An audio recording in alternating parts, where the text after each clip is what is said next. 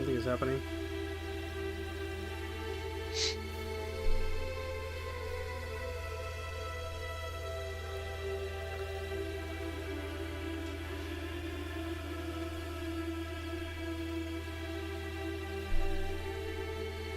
Ha! I believe it is working.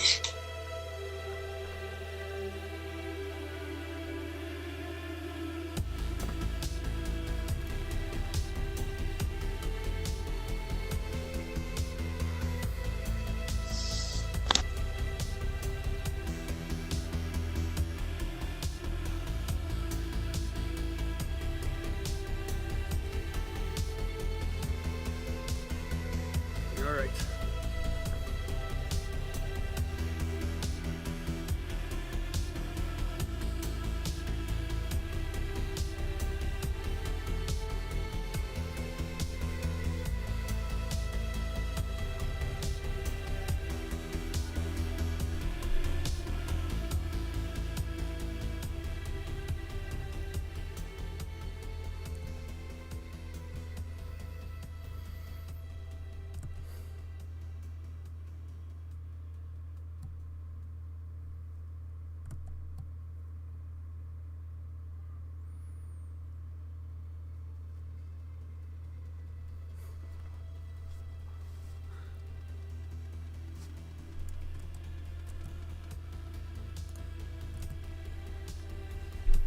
Jess is just coming downstairs now. She'll be here in like 30 seconds.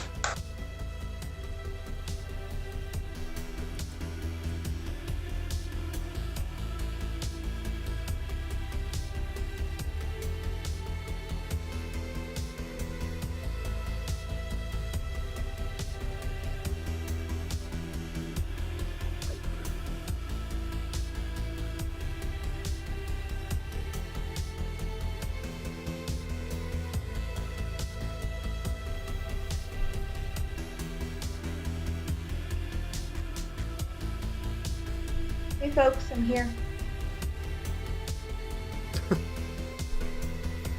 Hello.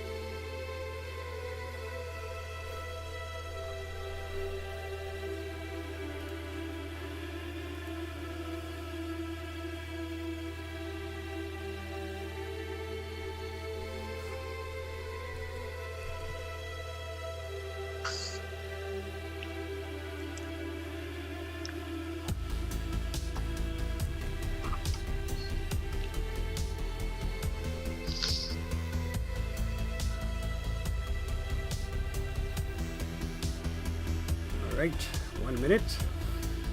Yeah, the welcome screen looks good. I think so.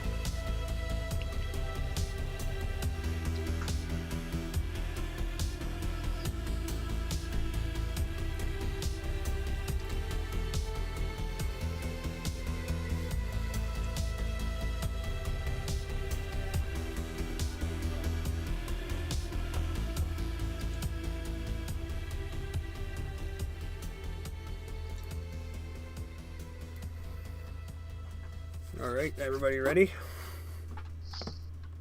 Yep. Cool.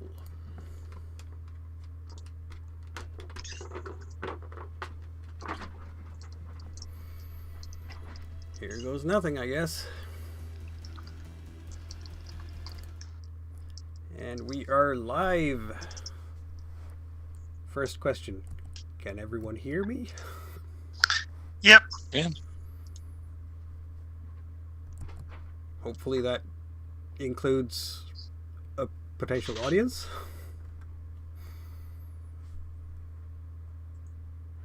Oh, goody. Welcome back to Forbidden Lands, Session 3 of Raven's Purge campaign. We sadly missed out on last session, but that happens. Before we dive into the story and everything, I have an announcement to make, and that is that all sub proceeds and bit donations this week will be going towards Gehenna Gaming's friends Bran and Danny's vet bills for their dog's recovery. Our thoughts are with them, and we hope for the best possible resolution of their situation, of course. And that's the announcement for this week, really. So, without further ado, let us introduce ourselves. I'm Mikael Hellstrom, and I'm your friendly GM for tonight. And in screen order from left to right, we have Joshua, Jess, Jeremy, and Chris. Chris and me, we're kind of breaking the pattern by not having a J first as our first name. Sorry. Well, we can always change that. Exactly. And a shout out to Hellhag Productions, who have done overlays and most of the maps. Obviously not the maps that comes with Raven's Purge and so on, but there are plenty of other map work that has to be done to fill in some blanks. And when needed, she has done that. Also tokens and such like. So all sorts of graphic design. Thank you. And with that, let's jump into the adventure, shall we? When we last met, I'm not going to say our heroes, because we don't know if you're heroic yet. We'll find out soon enough, right? You had spent a day sort of cruising around in Fort Riverstone, which is shown on this map, and getting the lay of the land. You sold some of the loot that you had from the slavers. You met some people, talked to some people, including Green Walker and the dwarves, who are camped outside in that little camp that you can see on the map, and discovered that they have been plagued by goblins who've been raiding their encampment and grabbing stuff. And try as you might, Frida, you didn't manage to catch them. You did see their... The tricksy goblins. Say again? Tricksy goblins. I couldn't quite hear that. I said stupid tricksy goblins. Yes, indeed. And also naked and blue. That was a thing. And they made away with one of the dwarves' very valued cutlery, apparently. Thulman is cranky. So you have basically decided to try and retrieve these treasures from the goblins, give them back to the dwarves, and went out into the forest to basically the place where the party marker is right now. And there you had to fight a brief fight with 3 goblin scouts that you sent packing. And that's where we ended last session. Now, Fidon was not there because he had a very troubling stomach, apparently. That was our rationale. So, sometimes dwarves have upset tummies. Apparently. Well, that particular so-called tavern, which is just a barn, really, might not always have the best food service. So that's a thing. But you recovered, so let's backtrack a bit while your intrepid friends are braving the wilderness. I'm going to connect you back to them, as it were. Having recovered, you would hear about where your friends are going. So, they've been staying at the dwarf camp, the camp just north of the fort. So I'm going to simply railroad you here a bit, if you don't mind. and Fine. have you sort of go to the dwarf camp and try to link up with them. As you do that, you will notice that there's a person that's coming with at a bit of a distance. At first, fairly tall, dressed in mostly rags, including a rag across his mouth. Or her, you can't really make out from this distance. Very muscular, though. Broad shoulders. Softly walking behind you as you move towards the dwarven encampment. And the dwarves there, to give you a description, it's a very nice camp. I can show you the map that we have for it. There we go.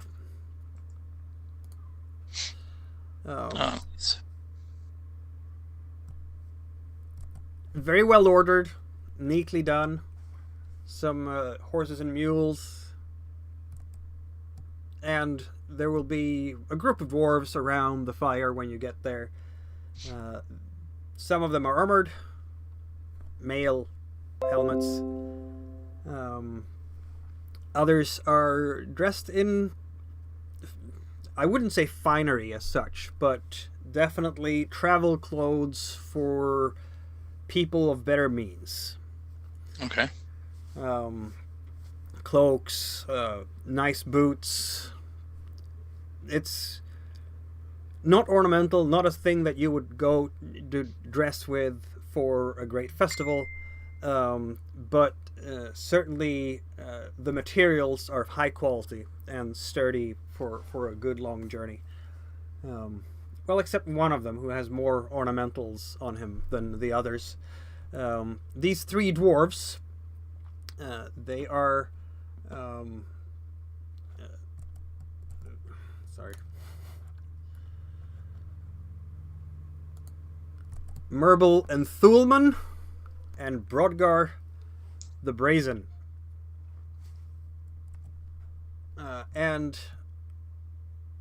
one of them is slightly more Whitebeard than the others.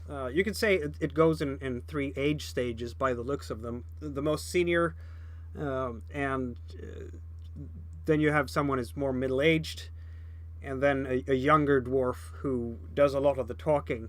The middle-aged one, who's Thulman, is constantly whining and complaining about having to have his meals on tawdry wooden plates and goblets, and complaining a lot about all the bugs that are sort of whizzing around.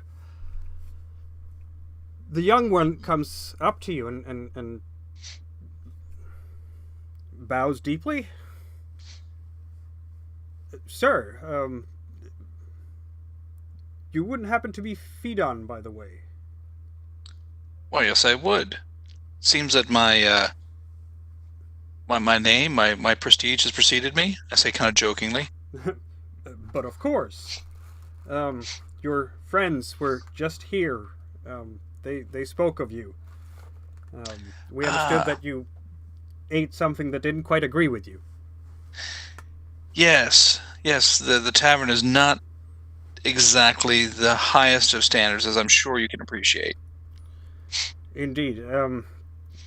You will hear that middle-aged dwarf just nodding his really fervent agreement at this, going, "Nothing around here is what you would like it to be.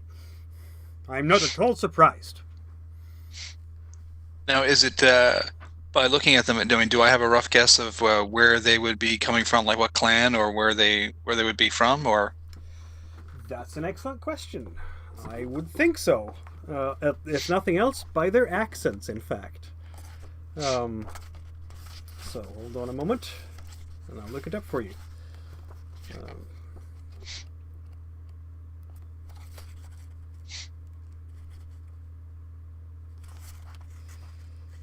we go.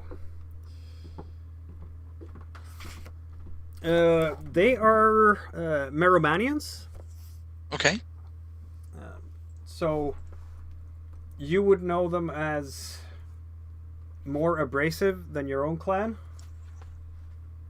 Certainly more hostile towards humans, generally speaking.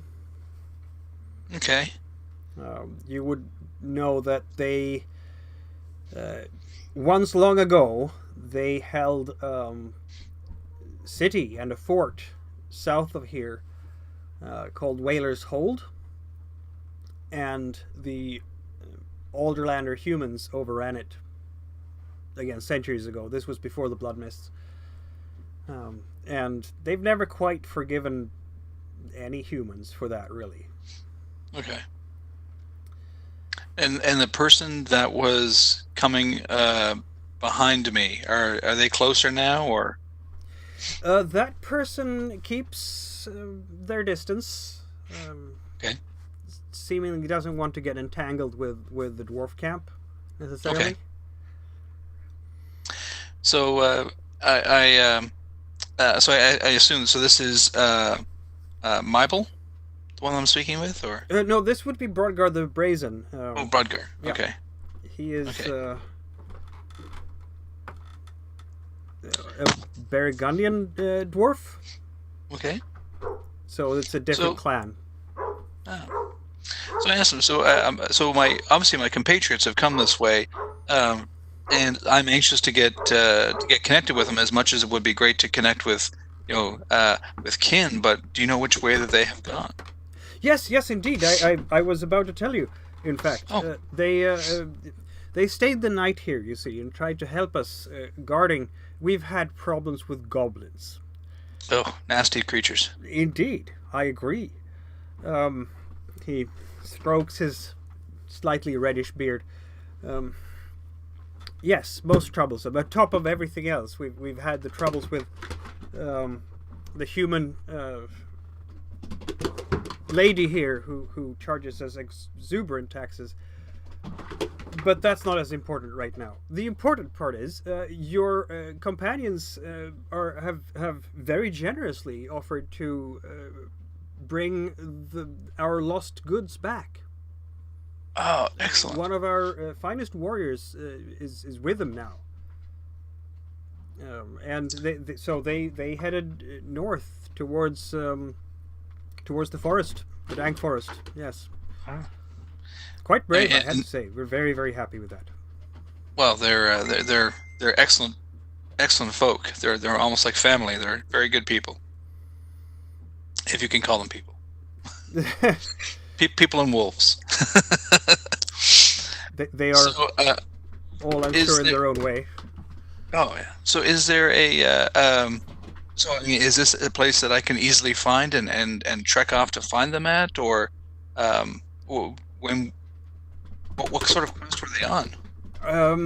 Well, I have not explored that part of this world myself, of course, but you have hardly missed them. They just left less than an hour ago. Oh, okay. So I would have a good chance of catching up to them. Yes, indeed. I think so. Especially on my own, yes. I would hope so. Okay. Yes.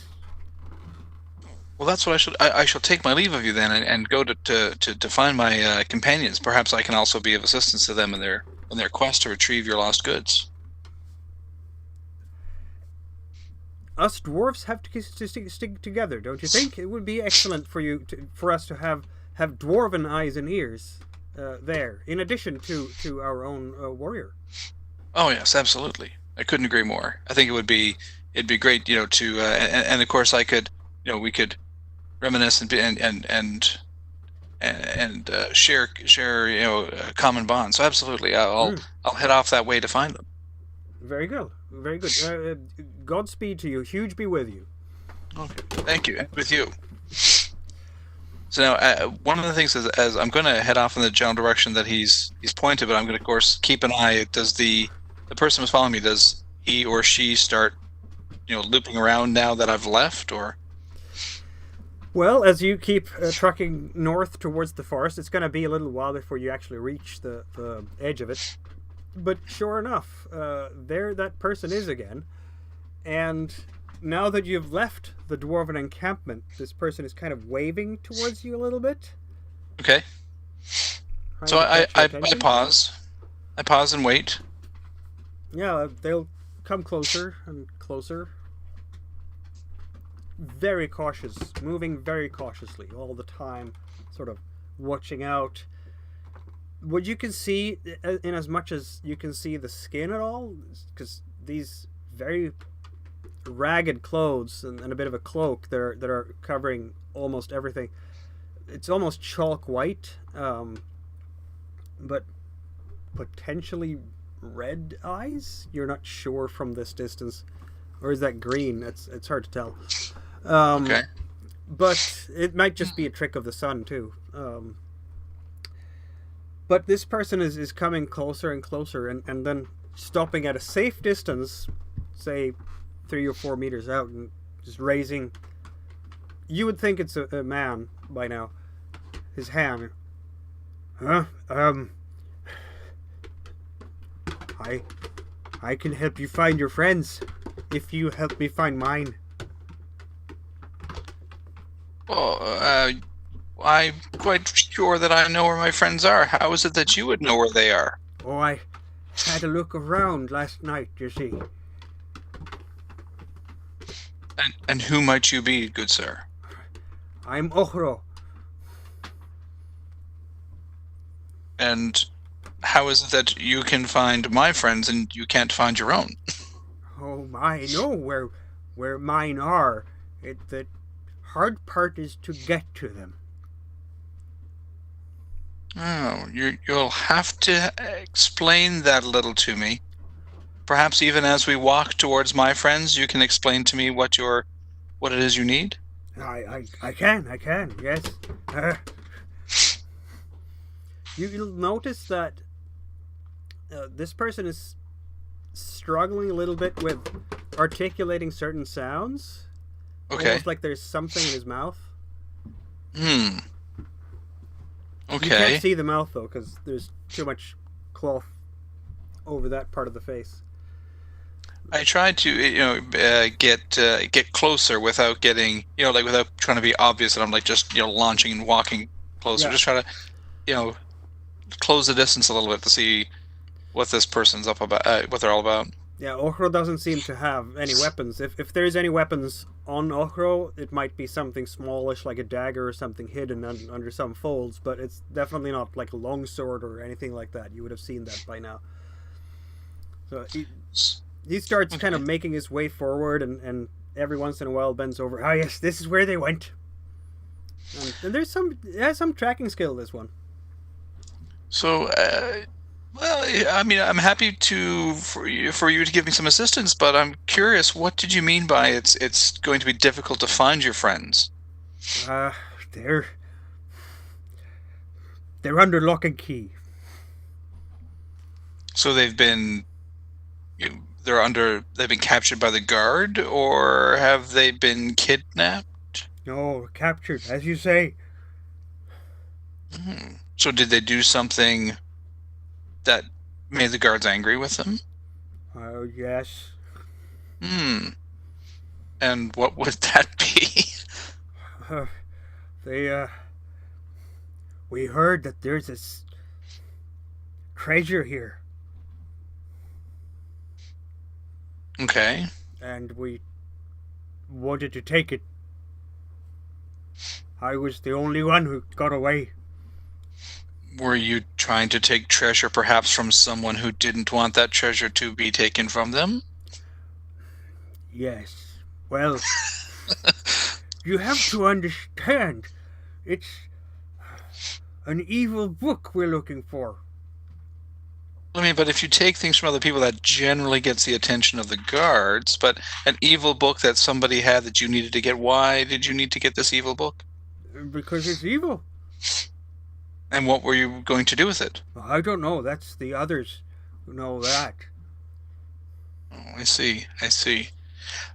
Well, as I say, I mean, I'm always up for some company. I mean, you're more than welcome to come with me and and show me how to get to my friends. I can't promise I can get your friends, but I'd be happy to discuss what's going on. It seems like you might need to, get someone who can legally get them out. I mean, what's going to happen to them? I heard what you did with the slavers, so I think you're good folks.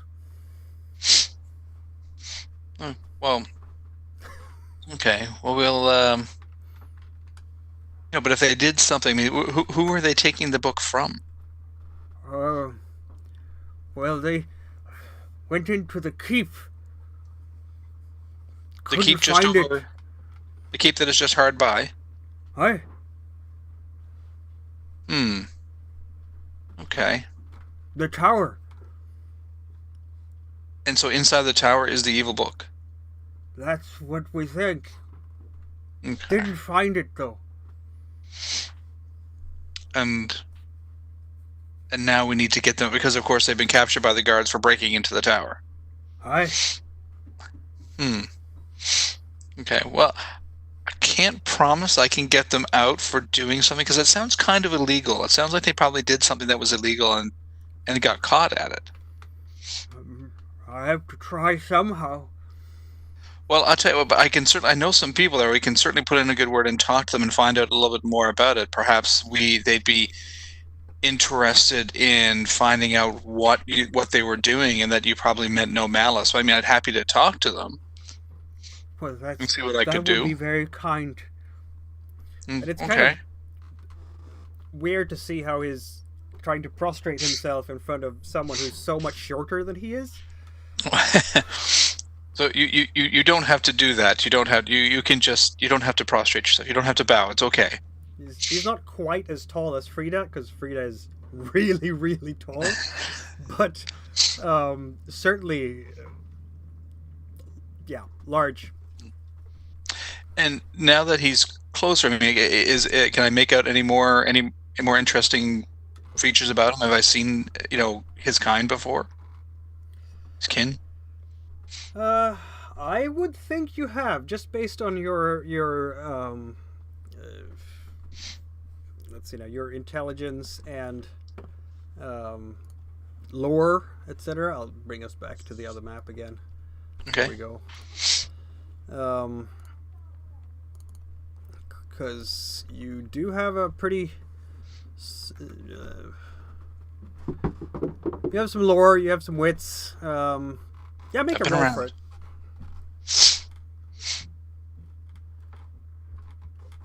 Okay, so he you said he's from where?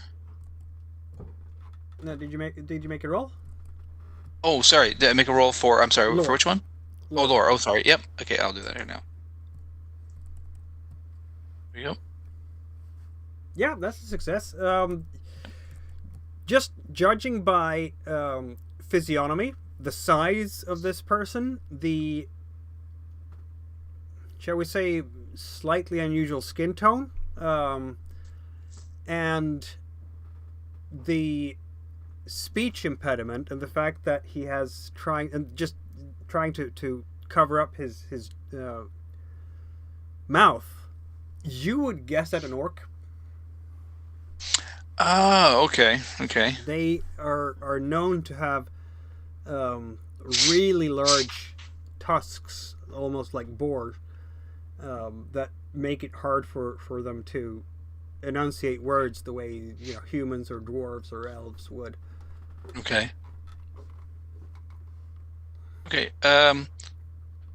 Okuran, again, you're welcome to come with me if you can get me to my party. I'm again happy to put in a good word. Where are your people from?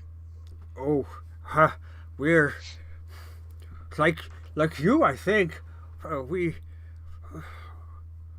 different people from different parts of these forbidden lands who travel together.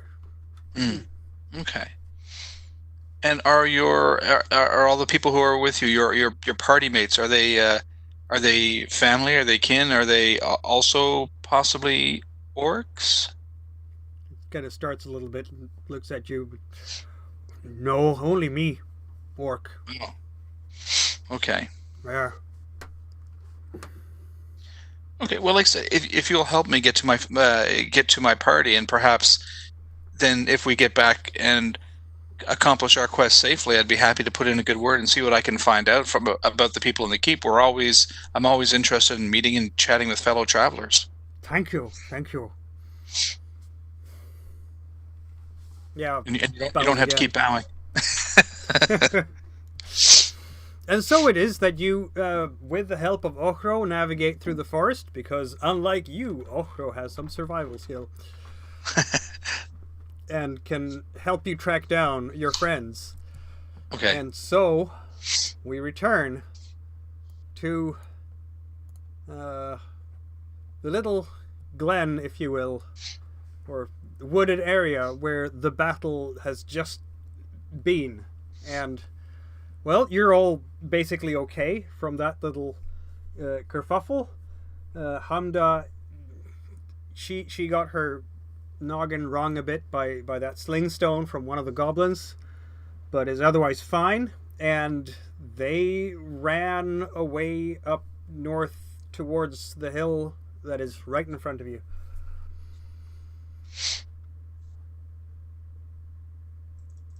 Leave last time, correct me if I'm wrong, before they took off, I marked one of them for tracking, didn't I? You did indeed, so you can just keep that up. And it's almost easier now because at least one of them is bleeding. Yeah, I've leaving a basically blood done trail it behind, at so this it's point. not a problem at all. In fact, as you start moving, you can hear them up ahead of you, just crashing through the undergrowth, and they're moving very fast towards. It's really like a cleft between two hills. The hills themselves are not terribly tall necessarily, but given the sharp escarpment, that it's like one of those heavy axe blows, like as if a giant would have cut that through the countryside. It's gonna be steep to climb if you try, and it's really shaded and shadowy. The sun will have a hard time reaching this particular little dell. There's a stream coming out of it as well, and they're just legging it towards that cleft through the undergrowth and bushes. There's been traffic back and forth to this place, judging by the small trail leading up to it, but not. This is not a road that horses or carts could come by necessarily. If I can easily tell where they're going at this point, I will just take my time and basically become a pursuit predator. Right. Yep, that makes sense. Come on, let's go. And I will just walk with purpose, but not like run after them, because I know where they're going at this point. It's not about the chase. It's about I'm gonna get there and I'm gonna kill them. Yep, Green Walker is sticking very close to Brennar, and Hamda is sticking close to Frida. That seems like the logical place. And Hamda, of course, her axe and shield at the ready in case of an ambush, though her helmet obscures her vision a bit, so she will not be able to see nearly as well as you can. But she's trying to keep pace with you, moving those much shorter legs than yours at pace. So she's going at a half run when you're just walking fast. And that is basically where Fidan and Ochra you're coming up to this little clearing, and you can see the traces of a fight. Ochra spots, the traces of blood, and there might even be a broken spear lying on the ground. You should be able to hear them moving through the undergrowth ahead, not too far away. No dead bodies here, though.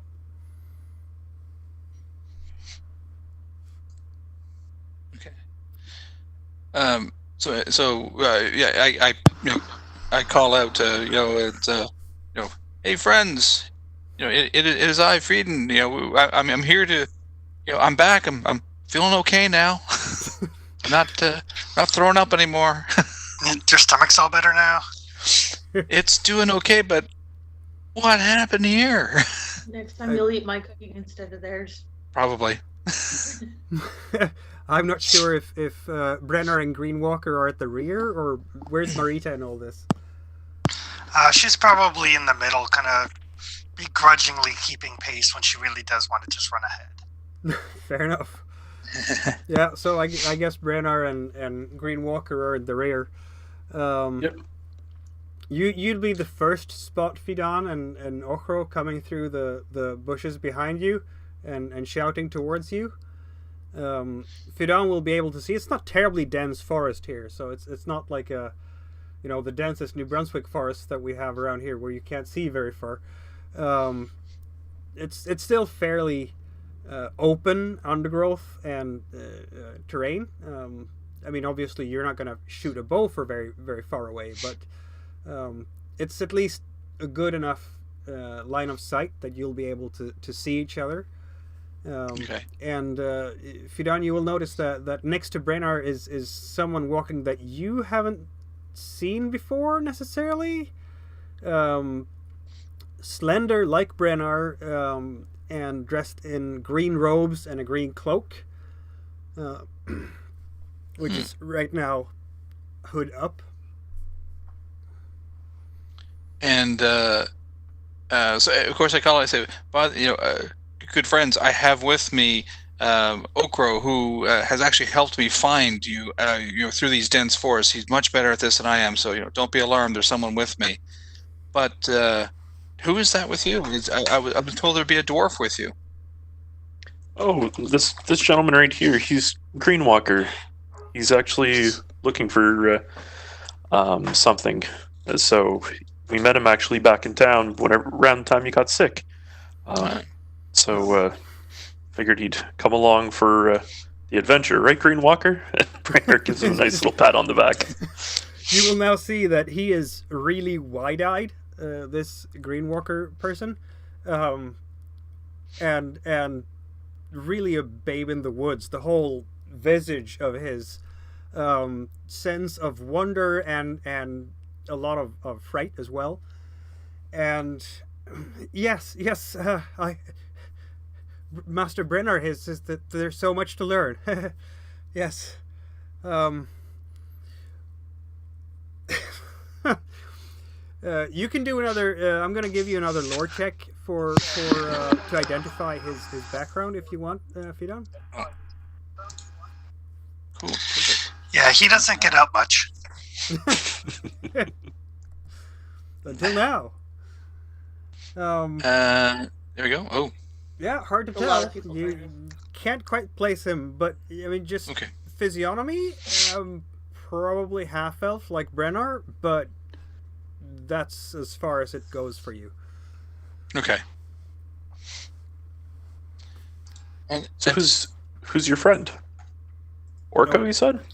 Okro.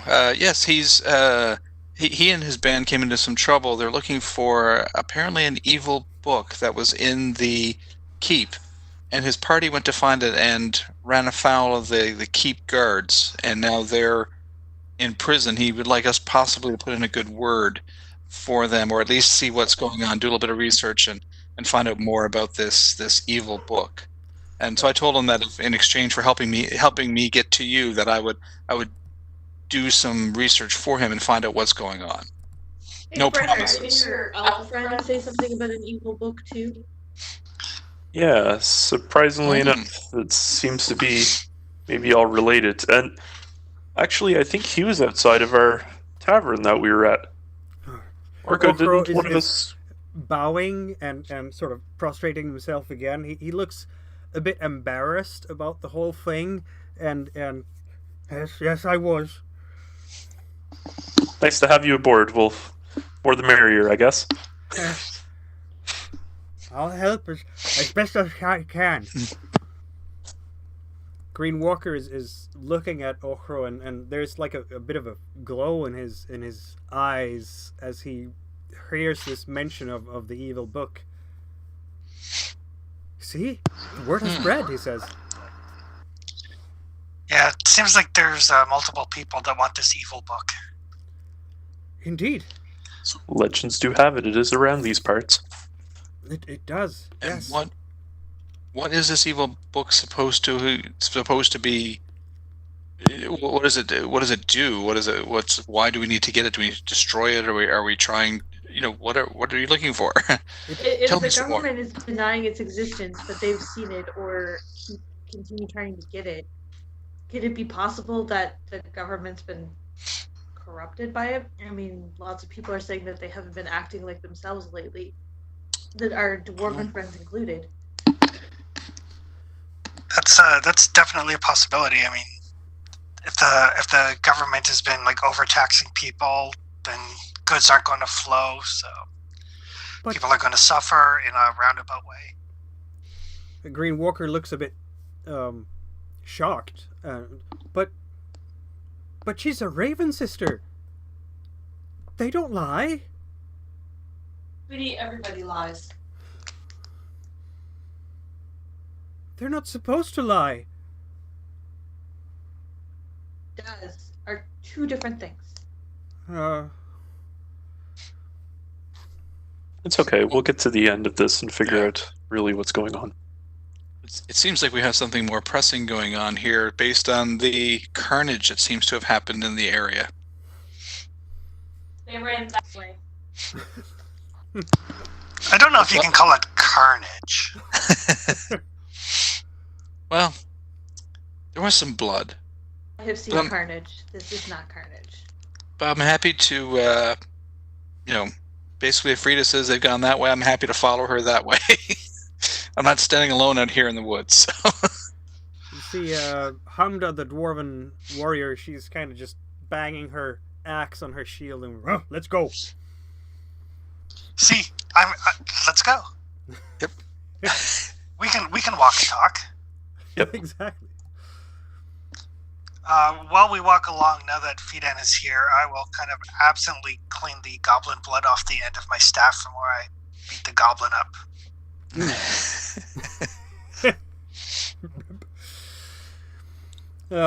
Yep. So you proceed towards this cleft between the two hills, and you can see the stream coming out, and even as you're walking towards it, it gets chillier. It's like a wave of cold air that's coming out of this landscape, and it wasn't even terribly warm before.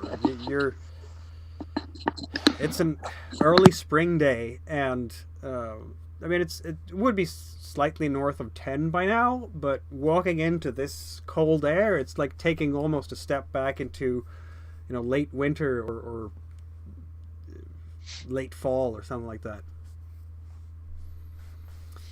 And you keep pressing on, and it's Frida and Hamda in the front. Where would Fidan be in this group? I usually like to be fairly close if there's something kind of some actiony stuff going on to Frida. But I'll be back a little bit. I'm actually trying to size up Green Walker and Hamda as well. I'm just kind of getting the lay of the land with him. So probably somewhere in the middle. Fair enough. Yeah, Green Walker sticks to the rear with Brennar for sure. Okay. And Ochro by now will stick close to Fidan. Actually, it seems like each of these newcomers have found someone in your group to attach themselves to in some way. But yeah, you're coming in towards the actual cleft now. It's getting darker because the sun is obscured, so you're in the shade. And sure enough, you can still see the tracks fairly easily. You don't even have to know your survival skills for this. They just lead, because it gets a bit muddy on the path as well from the moist from the stream. Yeah, Rita? Frida, can you tell how many sets of tracks there might be? Like how many goblins there might be in that place? Looking at the mud, can I make a judge of how many individual tracks there would be, or can I like smell individual smells or anything like that? Not really. No, no. It would be get too muddled up for that. I think you can Okay. make a survival check, but then that's a survival check. So I will try it. So, like, more than 2. exactly. So that's my survival check. Yeah, that works. Well, Okay. all three of the ones that you were trailing are, those are the fresh scents. Yeah. And then there are older scents. So, not 12 hours ago, there must have been a group of maybe half a dozen coming through here. Or, Okay. yeah, between 3 and half a dozen.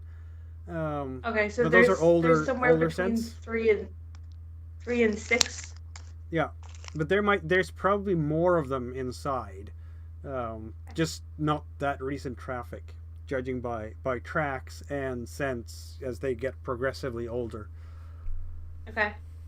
So there's at least half a dozen, maybe more. Okay. Mm, Yeah, so you're moving up there, and you can even spot that there is, I don't know, should we call it a door? It's someone has cobbled together a whole bunch of wood, maybe, younger tree trunks, and smashed them together with nails and crude ropes to make some kind of barricade that kind of looks like a door, and maybe functions as a door, barring the way into the actual hill. It's small, goblin-sized.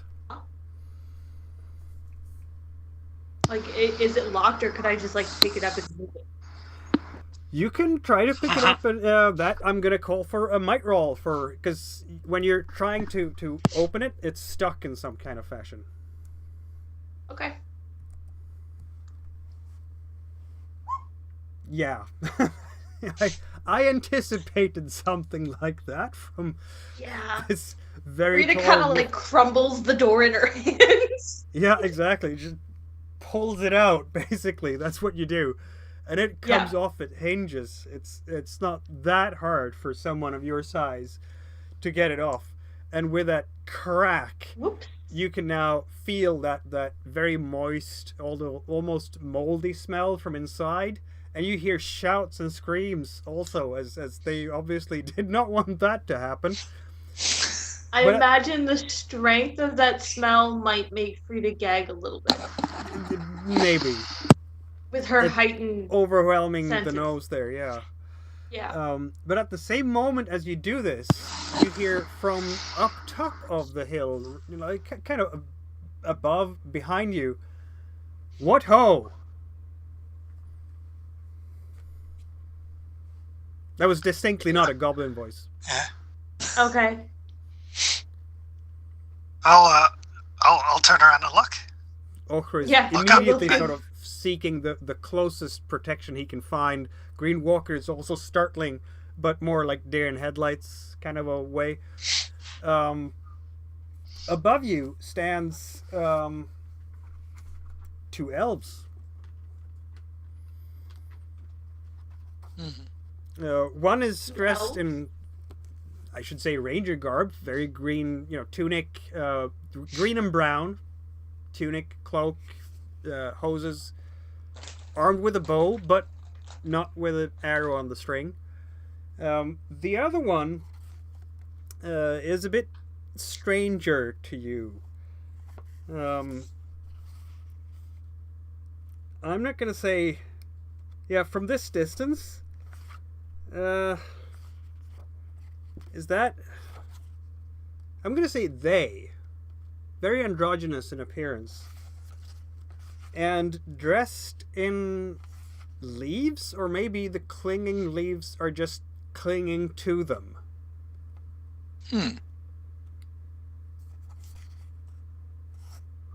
Oh, this is not more goblins. No, it's not more goblins. but the one who is dressed in these is still an elf, just more of an androgynous elf. Yeah. Okay. So Carrying a the weapon? man, because he is a man, the hunter, the ranger dressed elf, has shoulder length blondish green hair, and looking down towards you from that hill. Very typical elven features otherwise, but the other one, no hair at all, and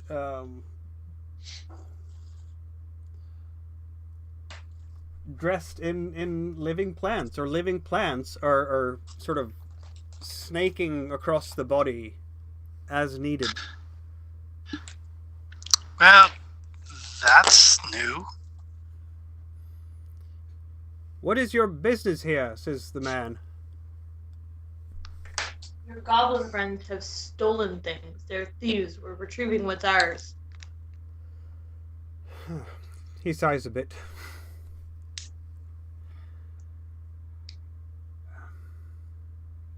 I see.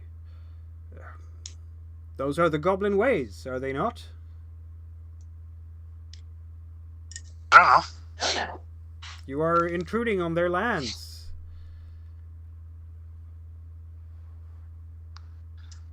There's an encampment outside the woods, not in the woods. We have traditionally seen all these lands as theirs to use for now. Okay, and what's your point? My point is that they are our friends, and we do not wish to see them harmed, and you're breaking down their door, and that alarms us. Well, I think the door was going to fall down of its own accord. Yeah, that wasn't intentional. I don't know my own strength. So, we just want to recover what the goblins stole from the dwarves. We're not here to deliberately hurt anybody. That is good. Let's keep it that way. Yes, some sort of negotiation, perhaps. Yeah, The tell them to negotiation give them could- back their stuff. Stop raiding the dwarven camp, and we can leave. They have strange ways, goblins, says the elf.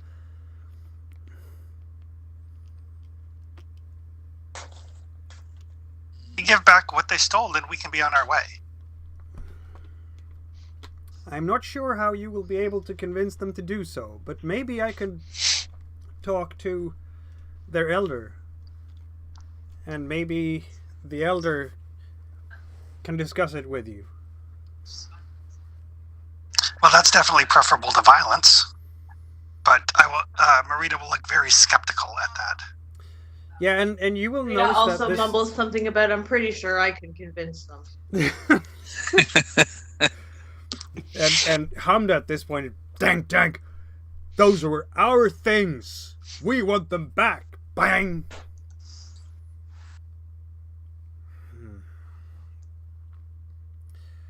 The elf is looking a bit... So the androgynous elf is not making much of any types of emotional expressions in their face at all. It's just... They're just looking at you and maybe measuring you? You're not sure? It's clear that it's the male hunter who's doing the talking for the two of them. And yeah, I guess if you want to do an insight roll on his state of mind as he's looking you over, you can do that. Okay.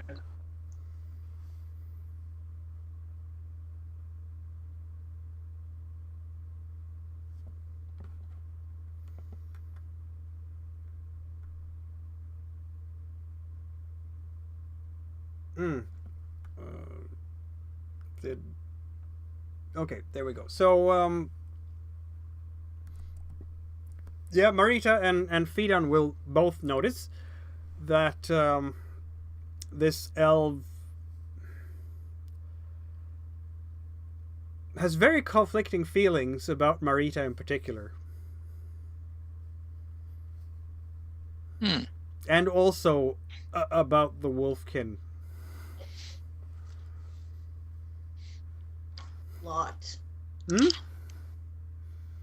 Maybe he just doesn't like humans and wolves. Nobody likes wolves. I do. I think you're fine.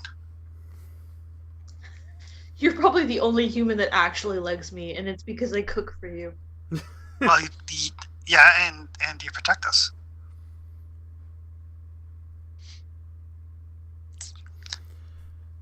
I'll see So what I I can do, all the same. Oh, okay. Says If you the could, elf. that'd be great. He will start climbing down from that hill and sort of put the bow back, slinged across the back, in a clear gesture that, he doesn't want any trouble right now. He's armed with a dagger and a longsword, and just by the movement of how he moves, he knows how to use them. Frida will notice this.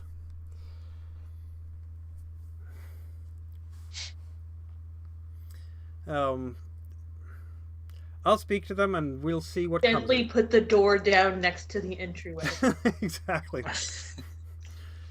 Yeah, there's another shriek from inside when your shadow is kind of looming across the mouth of the cave opening, the tunnel opening. The elf kind of kneels a bit and says, "It is me, Nidmir. I'm coming in." They seem to be calmer now, and the elf goes in there. It's going to take a few moments, of course, doing some talking. Meanwhile, the other elf is still standing there and looking over you. Is it possible to do a lore check to try and determine more about the elf in question? For sure. Yeah, go ahead.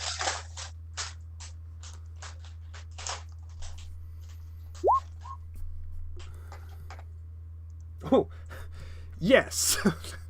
Indeed. You have heard, of course, of how Elven and Elven Spring druids are sometimes very powerful. You would think that this person probably is a very well-trained druid focusing on the path of shifting shapes, given that command over plants. Okay. Could be very old. But, of course, with elves, it's impossible to tell how old. Yep. Huh.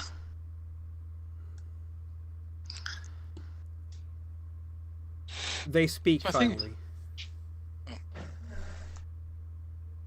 Looking towards Marita and Green Walker. Druids, I believe. Yes. Green Walker is very wide-eyed and just nods. "Oh, wise one, yes, I am."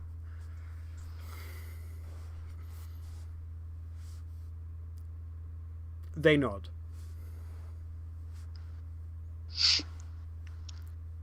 It is good to see that humans pay their respects to the lands still. I have not been to human lands in quite a while. Me neither. But yes, where I'm from, there are those that still teach people the proper ways. I am very pleased to hear that.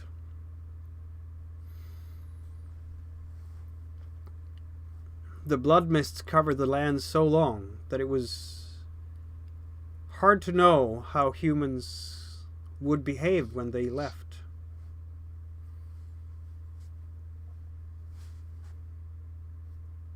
Well, you know, people are still people. There's some good, there's some not so good. That is Much true li- of all kin, I believe. Seems to be the way. It does.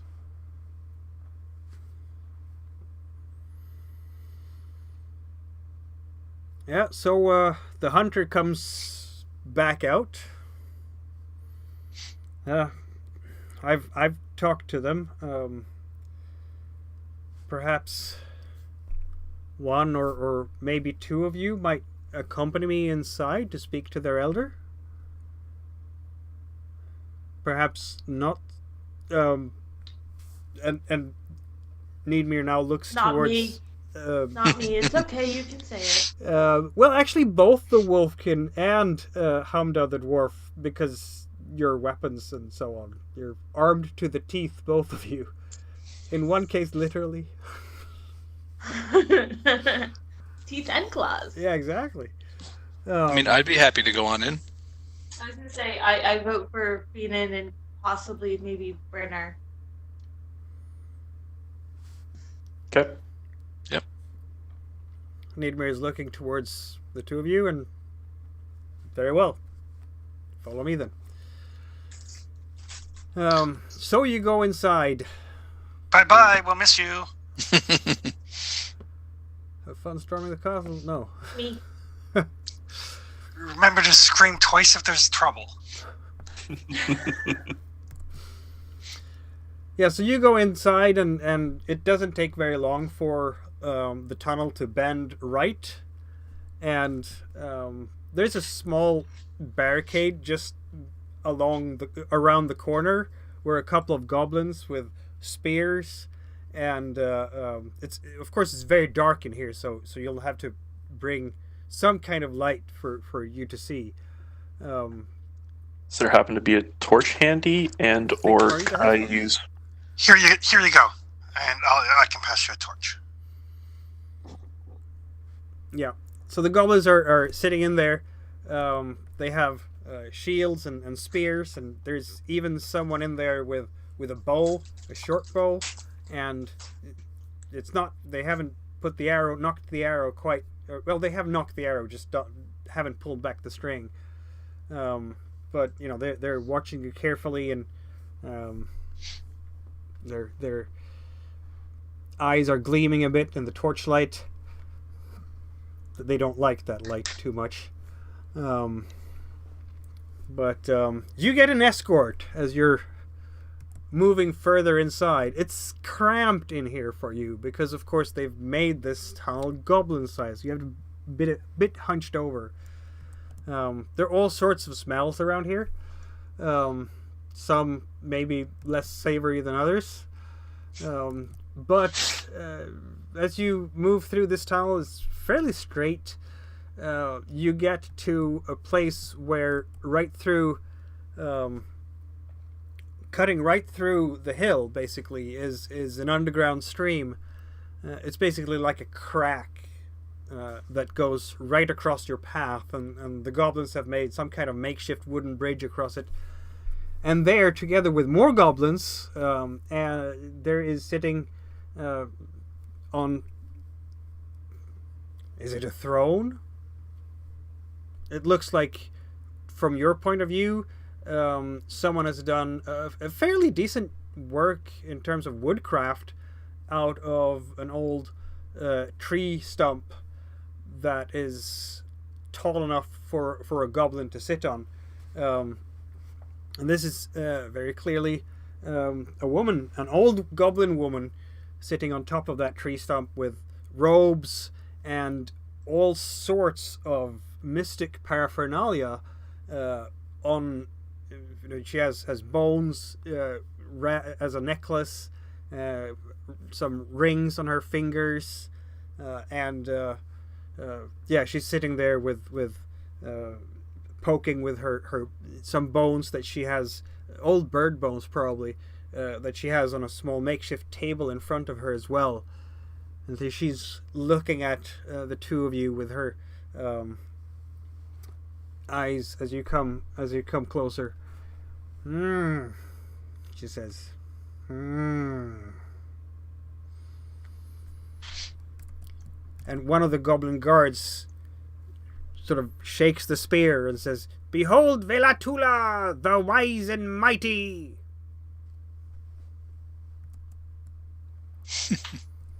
She's sitting there and... Sit. So I sit, but I do like a respectful bow and then sit. I'm like, thank you for taking us into your home so we can speak with you. Yes, you come as invaders to this place, chased my guards, broke my door. Well, we're sorry about the door, and as far as the guards go, we were. They had taken something, or some had taken some things that were of value to friends of ours, and we were trying to get it back. And we're not as familiar with your ways, so we're hoping that we can get these things back for them. I think not. Why should we give back the sacred gifts of Eor? The sacred gifts of air? Lord check. Oh, Yep. I thought it was cutlery. One sec.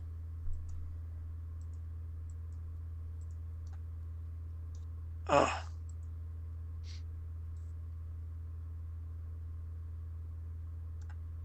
My mind shut down. I apologize, Josh. Give me 1 sec. Sorry. Yeah, no problem. Silly question. I can only push if I got a skull, right? No, you can push that roll, absolutely. The dice you couldn't re-roll would be skulls or swords, so you can definitely push that roll. That didn't work out. Okay. And sorry, it was your mind, and you can't place that name anywhere, and it infuriates you enormously. So you take 1 point of damage to your wits, and gain a willpower. Excellent. That's what I was wanting. However, can place the name. This must be the moon goddess Eor. You've heard of her. She is a goddess of mischief and mayhem, and may very well drive some practices that most dwarves would find completely unacceptable. But others might find completely fine, including things that are a good deal worse than theft. Okay. She is not a nice goddess at all. And so they think that these artifacts are artifacts of this goddess. Or they're claiming that anyway. Yes. Yeah.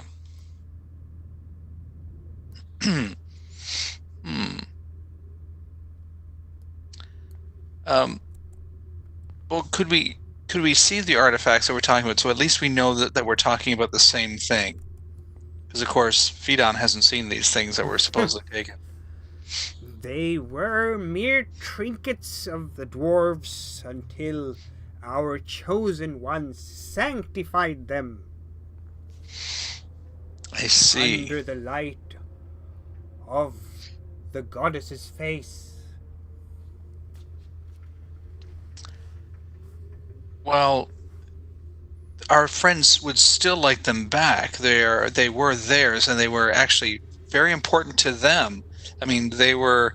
You may have sanctified them, but they had them. It was a very important artifacts to them as well. What matter is that of ours? Well, it would certainly not cause any more hardship what daywalkers I mean, do. they will keep. It is not of our concern. Well, but it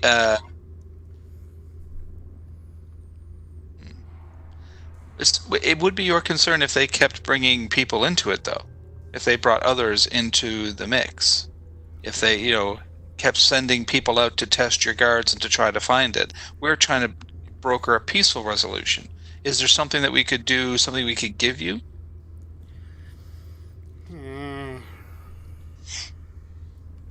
Something you could do.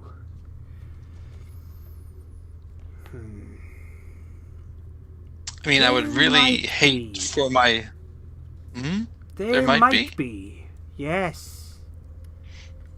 Eeyore has told us there is great evil in the fort. And what's the evil that you speak of? Things from beyond. We do Is not it go in. something? It is too dangerous. Would it have? Would it have something to do with a book? Oh, a book, you say? I've heard the legend too, yes. Yes, that it might. Well, my friend outside, he actually was trying to get it as well, and we've heard other things that it's possible in there. If we could take the artifacts back, I would go in and find this evil for you. You Smile. want to first take the artifacts and then... Do you realize that this would be a sacred mission for Eeyore? Yes.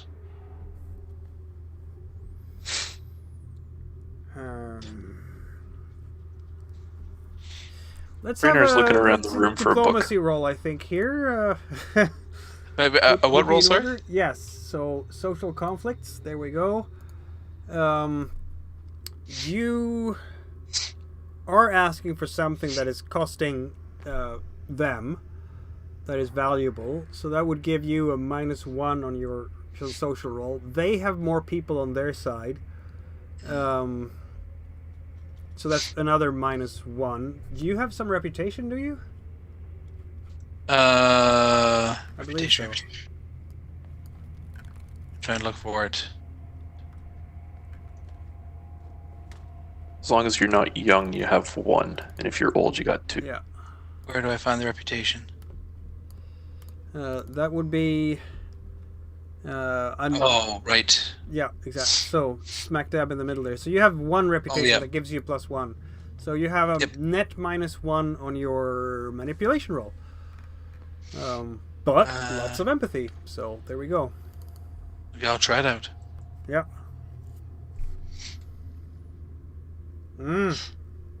She seems skeptical. You can push it, I'm gonna push it. but remove that one white die with a skull, because that one you can't reroll.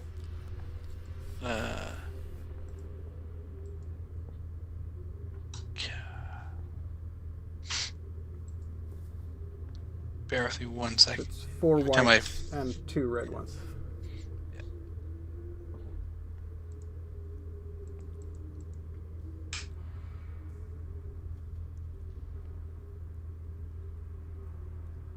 There you go. Oh, there we go. Okay. Now you have taken 2 points of damage to your empathy, but you did gain 2 points of willpower. Basically, this conversation, as you're bartering back and forth with her, is getting on your nerves, because you feel like she's being so unreasonable and so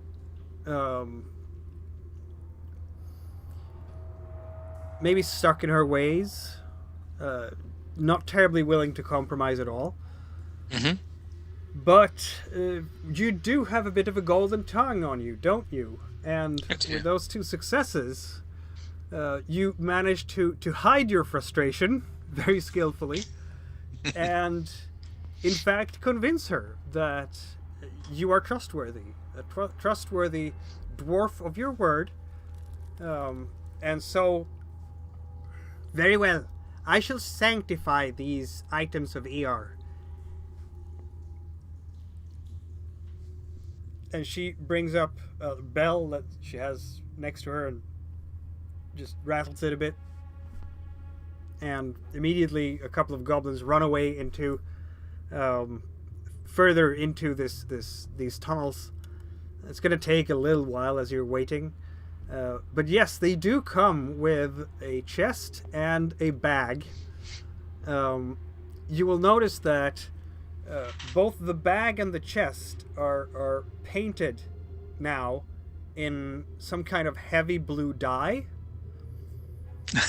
And they've put it down next to you. And before you leave, on this sacred quest of Eors, kneel. Both of you. Okay, so I kneel. Yep, so does Braynar.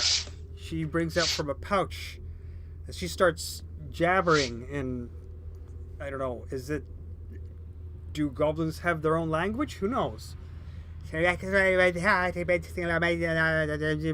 then she traces her fingers over your foreheads like in a cross. And there's definitely... Whoop, where did Jeremy go? There he is. There's definitely something sticky on your forehead now. I'm here. You can feel it. There, with Eor's blessing, may it light your path in the dark. Vanquish the evil.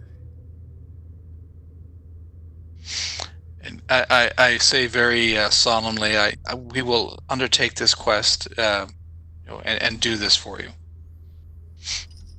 The holy warriors. And now you can see behind her that there are in fact 4 goblins standing, and they're standing at attention, if you will, with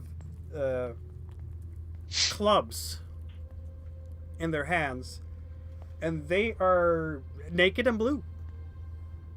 The only thing they have on them is that blue ochre type of paint, body paint.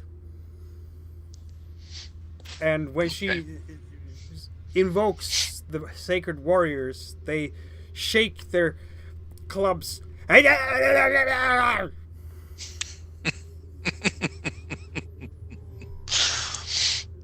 try to look very solemn and...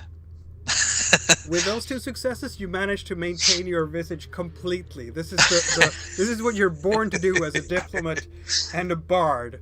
Your silver tongue is just absolutely, yep, the exact right type of posture and reverence. And they escort you again out of the tunnels. With the loot, yes. Blue with bag. The loot's coming. And as you come back out again, you will be able to see your friends who are coming out together with... there will be a couple of goblins helping you with the chest behind you. And now, as they come out into the shade, you can see that Brennar and Fidan have this strange blue cross on their forehead. Did you guys join a cult? You could say we were blessed. So Frida will be pacing anxiously, mumbling something about goblins tasting good with crushed tomatoes. So now the goblin guards are still with us, or? Yeah, they will drop off things, but when Frida is mumbling something about goblins being tasted with crushed tomatoes, they will move back into the tunnels very carefully, keeping their spears pointed in a particular direction. Excellent. I will spend the 1 willpower that I have for sense magic. Ooh. Oh, good idea. Just in case there's anything magical going on with this cult that our 2 friends have joined. Thank you.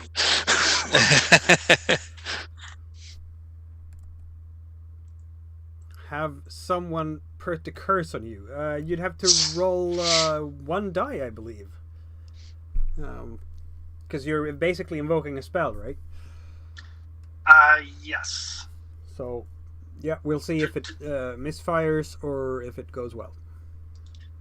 So I still have to roll even though it's spendable power? Yeah, that's you roll that willpower as a die to check if it's a misfire or if it is supercharged. Oh, okay, gotcha. Right, I remember now. It's been a while since I cast this spell. Yeah. Alright. Spells. There we go.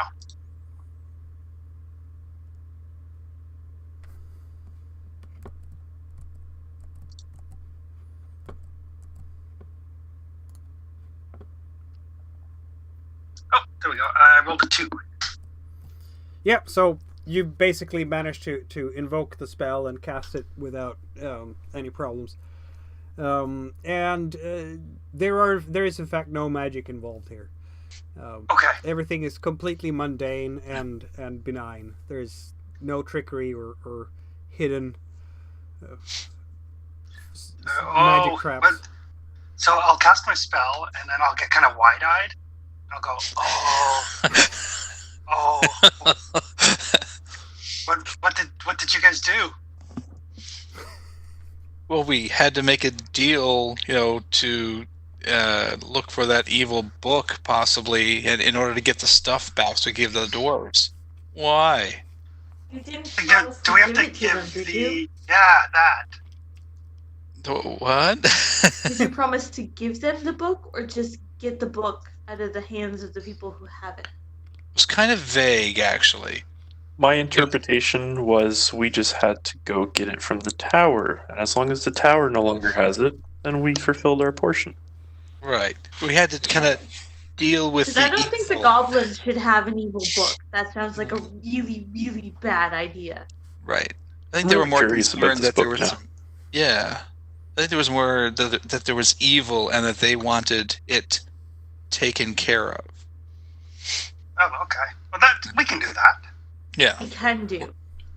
We gotta take care of things. Yeah. I mean, you might want to take care of it sooner rather than later based off of the markings there. Yeah. Does this come off? Well, it actually does. It looks like it you might get smudged stain. fingers when you do that. Okay. Okay, well, the good news is it doesn't seem to be magical. It doesn't seem like you've been, compelled to go do this thing. So really, there's nothing stopping us. So I'll take a look and make sure, are the goblins still here? No, well, they're not too far away. They might be able to hear you, but they keep well out of Let's harm's get out of these damn way. woods, and then we'll discuss how we're gonna get the book. So I'll just kind of whisper and say, there's nothing stopping us from just taking this to the dwarves and then just leaving. True. Our But honor. it's- The Yeah. two elves who are still here, basically, they feel like this has all concluded without bloodshed, so we're good. Very good. This seems to have been resolved well. So regarding sense of honor, there is nothing stopping us from dropping off this chest and just leaving. True. But it's interesting that we've had because we've had Fourth. Greenwalker and Okro, and yeah. Yeah, I want to know what's up with this book and what it's doing to the local government. I think we should investigate this to the point that I have it in my hand, because I'd love to be able to read that. I'm not sure that's a good idea. Terrible I idea. think we should Yeah. move far, far away from where the evil book is. I hear the coast is nice.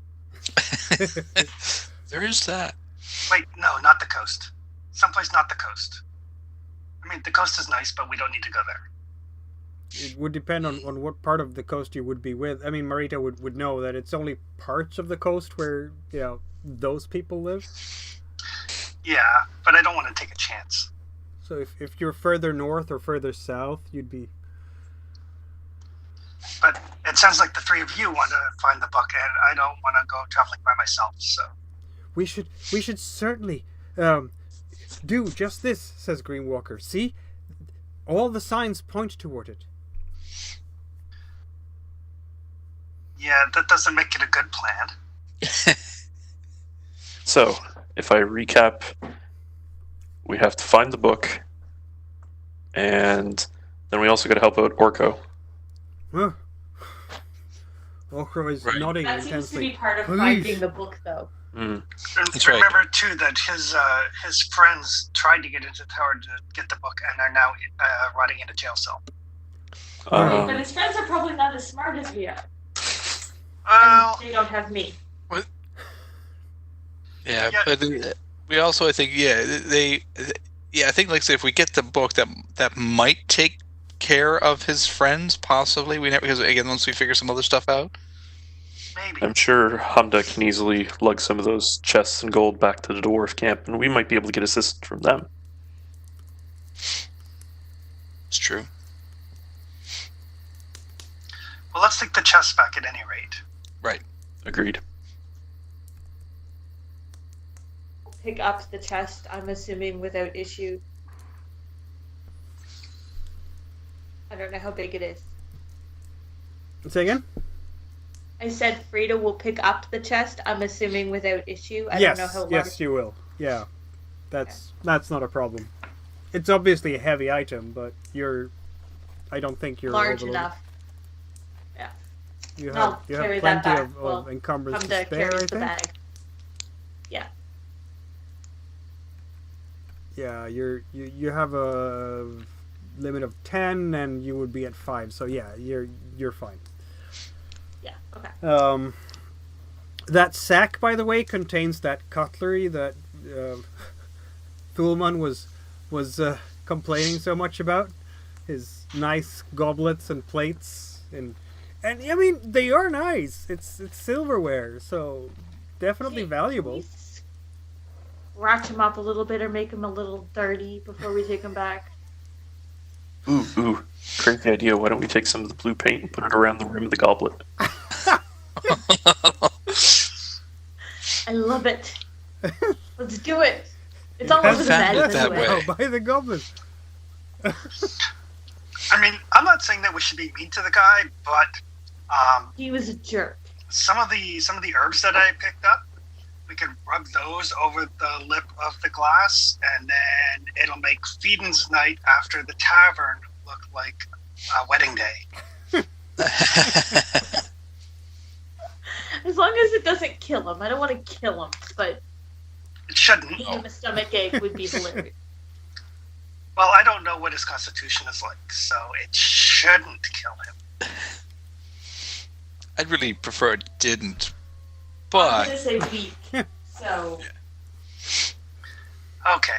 Well, we'll just go with the paint then, just to be safe. yeah. This is going to be a straightforward enough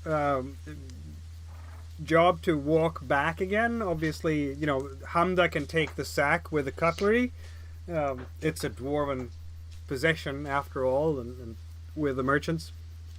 And Frida, you'll lug the chest over the shoulders, no problem. And Marita and Ochro might be leading the way. You don't have to roll this time because you're just going straight back from where you came. It's not a new hex. You've been in these parts before, and so you set out in the morning.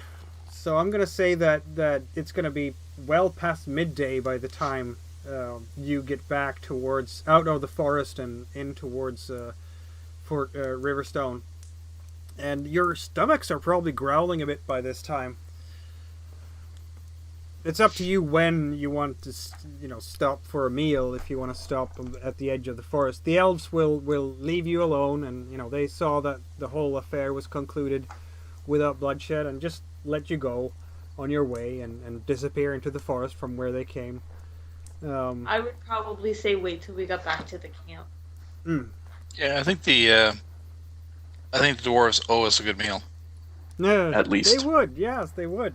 And in fact, as you come trudging back with their loot, the dwarves celebrate your arrival. Thulman actually looks happy for the first time you've ever seen him. Look, it's my things! Ah, and Merble, and the iron bars as well. Yes, the ingots. Excellent work. True dwarf friends, all of you.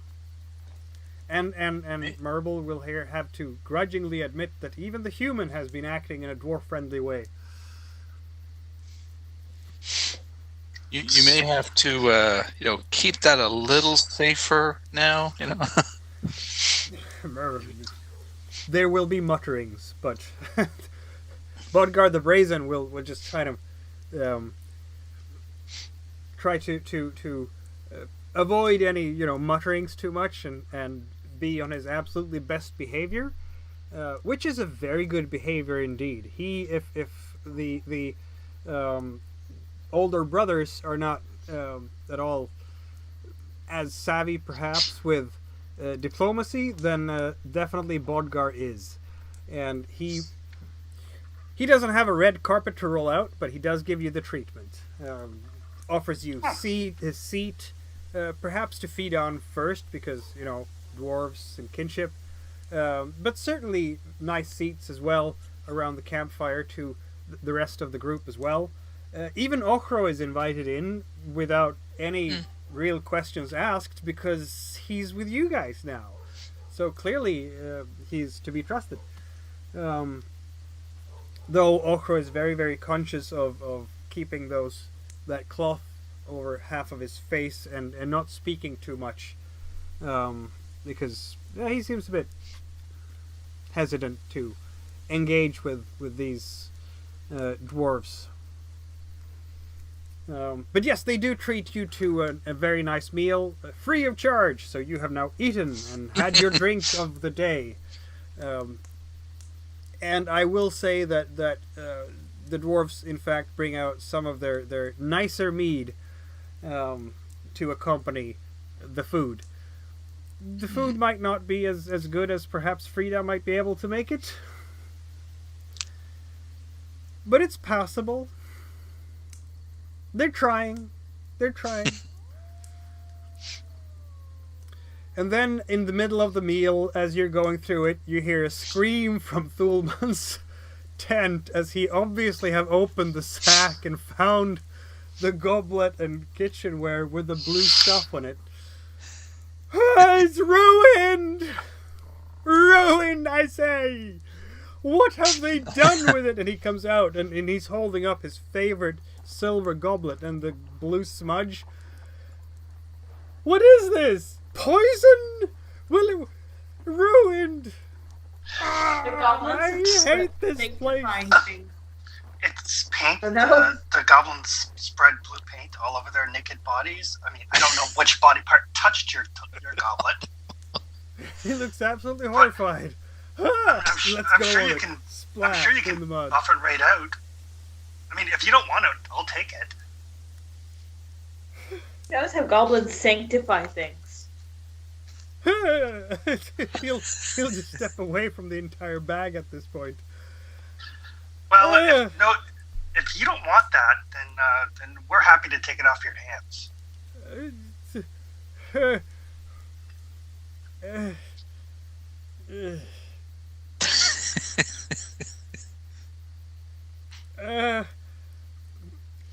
This was a hard choice for Thulman, definitely. He doesn't know how to handle this one. I mean, surely you don't want it to taint all of your other goods. No, that's right. I do not. So, we're happy to take it and make sure that it's, we'll give it a loving home after it's all cleaned up. It will be well taken care of.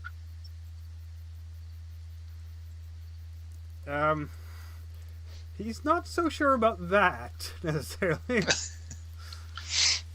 he's torn. He's definitely torn. Do you want to do like a manipulation check on him? I will do a manipulation check. I have no reputation though, because I'm young. This is true.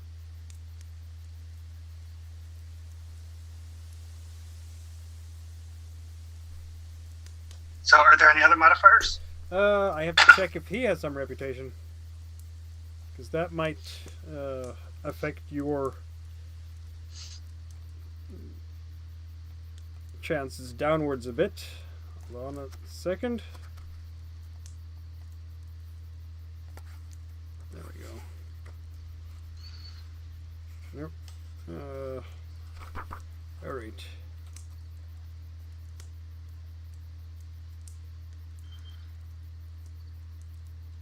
I'll give him a 1. So that's a -1 for you. Okay.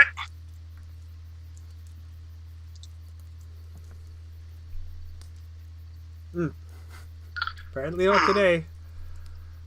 Yeah, he's probably gonna try to keep them just because you want to have them. Let We my will- greed get the better of me. We will. I'm sure our stone singers can do something about this, he says, and trudges off with the goods. Oh well. Good luck not thinking about goblin parts every time you drink from that goblet. The Goblin Goblet.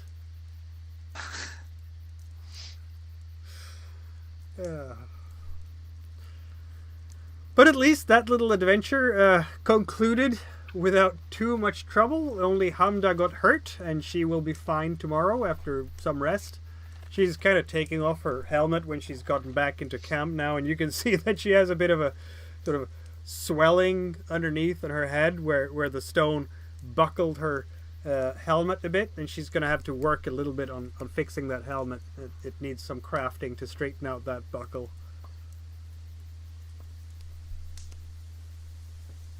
Oh well. She'll walk it off. She definitely will. Absolutely. No doubt about that. So now yeah, with that, what's the next step? Well, apparently before Fadan and Brainer's heads explode, we need to steal an evil book from a temple. I mean, Right. don't worry, you guys will be fine. Power. Maybe. So we should probably see if we can get a look at the tower. If in the time that we've been here, have there been many people? Have we noticed even just kind of what the retinue is for the tower? Is there a lot of guards, or how many people seem to be wandering around? Well, I mean, you've been wandering a while around, so I'm going to allow you have one of you do a scouting check and pick the person who's the best scout.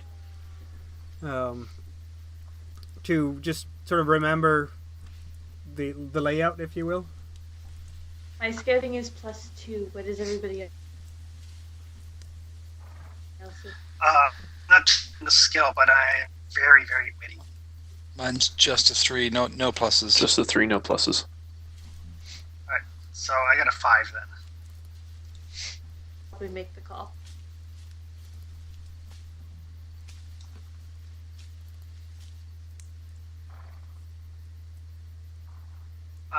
I will push it.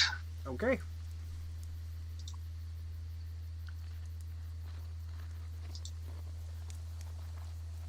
Oh, there we go. You would put the guard contingent in this place to a couple of dozen, maybe? So 20-ish, perhaps between 20 and 30, depending on... you haven't seen all of them. You haven't really, been doing the stakeout thing where you're watching their patrol patterns, and maybe there's someone sent away on a mission somewhere, but just judging by how many guards you've seen manning the walls and manning the gates, and knowing that some of them are going to be on a break at any given time, that's a round figure that you would put it at. So it's not going to be an epic level fort with several hundred guards manning this place. It's this. You're in the outback now, and there's going to be 2, possibly 3 dozen guards at most in this place, keeping the trade lane open. All right, So, and go ahead. can I remember if I describe them to Frida, what I remember of how the guards were armed or armored, can she roughly estimate how skilled they might be? Yeah, for sure. I'll allow that with the roll. So they're. Would that roll be on my end? No. Yeah, I'm just including the scout roll that was already made. Okay. So they're dressed. Their armor is leather armor, leather jerkins, fairly simply made. They have mostly spears and shields, very much like in Peddler's Rest. Okay. Though there are more of them here, obviously. Most of them for hand weapons would be axes rather than swords, because they probably can't afford terribly nice equipment. The officers, so sergeants, they would be wearing broadswords and shields and have chainmail and open helmets, whereas your typical line guard will have a leather cap on top of everything, but that's about it. So they're probably more skilled than the Peddler's Rest militia, but not by much. Okay. Add another skill point to them. So certainly fighting a whole lot of them at once is not going to be fun at all. But one-on-one, you should be able to... They have the reach with a spear, but you should be able to deal with a single guard in single combat fairly promptly. We also have an in with the guards from bringing in those slave traders. They kind of do like us a little bit for that. So that might be a way to also get us into the tower. To maybe speak with the local government about possibly assisting them with their full dungeon. On that pretense, maybe. Are you suggesting like we kill people in their cells? No, I'm not saying we kill people in their cells. I'm saying we help them with their crime rate, or use that as a pretense to get a look around the tower to see where the book might be kept. Alternatively, if we can get into the tower, we could go ahead and free Orko's group, and maybe they can help us along the way to continue going through the rest of the tower. And actually, with Okro's group, I mean, does Okro? I mean, I asked him, does he even know where this book is? Were they going in blindly, or did they happen to actually have a plan?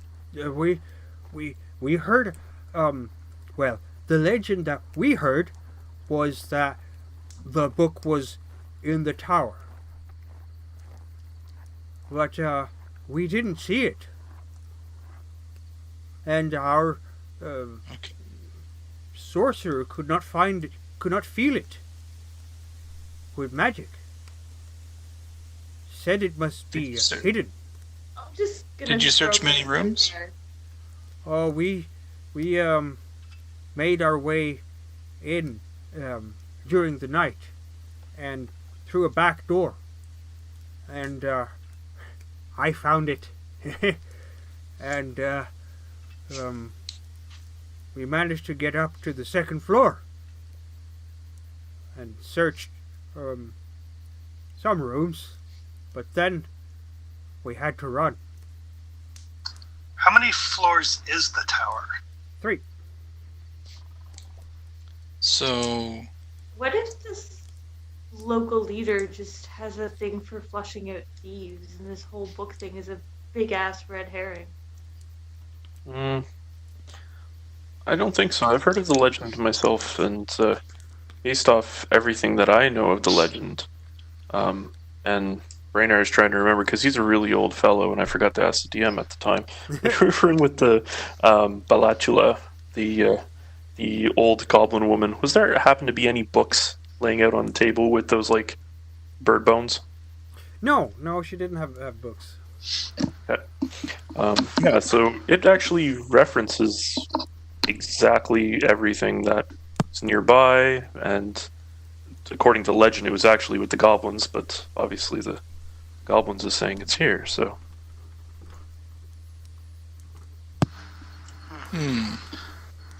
of course, obviously the goblins Many are different aware of it. versions of the legends, clearly. I don't but that's know the anymore, thing, says the Green legends Walker, tend to be- what parts of the legend might be true, except it seems that they're all in agreement that there is an evil book here. Yes. And with Okro, I asked him just now: do the people at the keep? Did they see you? Do they know who you are? Like, can he even go close to the keep anymore, or to the tower? No, they didn't see me. I'm too quick for them, see? We could easily sneak back through the same door you went in the first time. I Right. might be able to. Yeah, and I mean, if we release his friends, that might cause a distraction while we look for the book. True. But I want to do a distraction before we bring me. I'm not exactly sneaky. Given the fact that we're on okay-ish terms with the guard, I can probably whip together some stuff that will like make them all sleepy tired, and then Frida can maybe make them a pie or something. We could maybe like reduce the number of guards that would be active. That makes sense. Yeah. And we know where the cells are in the tower? I think Brought they're in the slavers basement. Basement, okay. Well, Yeah, maybe because we remember might be when we able brought to. the slaves. Sorry, Chris, go ahead. Oh no, go ahead. When we brought the slavers in, the guard at the tower described their dungeons as more really just a basement where they put people rather than actual cells. I have not dared to go there. Of course. I wonder if we might be able to tuck away into getting like a tour of the tower. Actually, that's not a bad idea. Like I said, if we offer to assist with their crime problem and try to get a look around that way. You do have a smooth talker, at least one among you. Yep, we could probably even, can say, hey, listen, we'd like to, if we could take a look around the tower and make sure that all, the defenses are good too. We've seen a lot of towers. Want to make sure that everything's up and up. A lot of goblins out there. I've probably got more Dwarven muscle engineering, than you the can't beat guards. it. Exactly. Yeah, and if we get a little bit better idea of what the tower is like, then we can come up with a plan for actually sneaking in and searching it. Right, exactly. Yeah, so let's go with that. We can maybe Okro can kind of hang back a bit. I mean, we wouldn't have to expose him to it. We can go in, Jess said. We can go in and do hey, we'd like to talk to you, and we'll take a look around. Maybe we can offer some advice on how to help out with this. Give us a tour, see what's going on. Yeah, I like that idea. I say it's a thumbs up. Thumbs up. Maybe Marina can try and sense the evil, the magic. Yeah, we can try to see if we can sense it, but I have a feeling we might need to get deeper in, because they said their sorcerer couldn't detect the evil book, but they only got to the second level. Yep.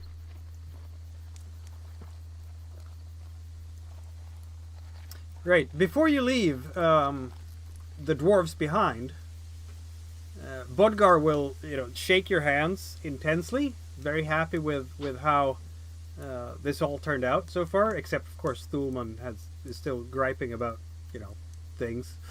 But that's what he does. But Bodgar will also tell you, Fidon. I don't know how long you've been away, but will you be coming to Stone Garden later this fall? Oh, I'm never sure where the paths will take my feet, but I would possibly be doing that. Yeah. Stone Garden, then, of course. If I don't know if I've mentioned to Jeremy about Stone Garden. Have I mentioned that place to you? Nope.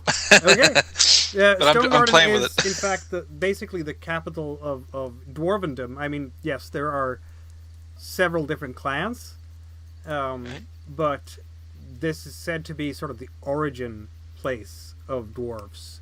So it's sort of a holy site. Okay. And so you would be very familiar with it. And And is he's it kind of like saying a that- pilgrimage to go there? Or? Hmm?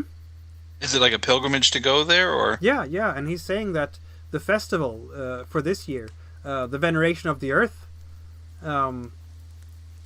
it's the most extraordinary event in years. Now, you being of the Canide clan, I mean, this is, it's entirely possible. Fidon must have been at Stone Garden at some place, because it's very much in Canide lands.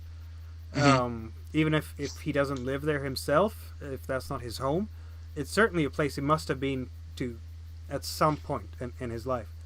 And the Veneration of the Earth Festival is the Christmas of dwarfs, if you will. It's the most sacred holiday, as you are paying your respects to Huge and to the Earth and your God-given task of steward as stewards of the Earth. So this festival, then, he says that everyone is talking about it. It's going to be grand this year, sir. Yes, I'm going to be there for sure. If it's going to be grand, then there's no way I could miss it. Oh, sorry, go ahead.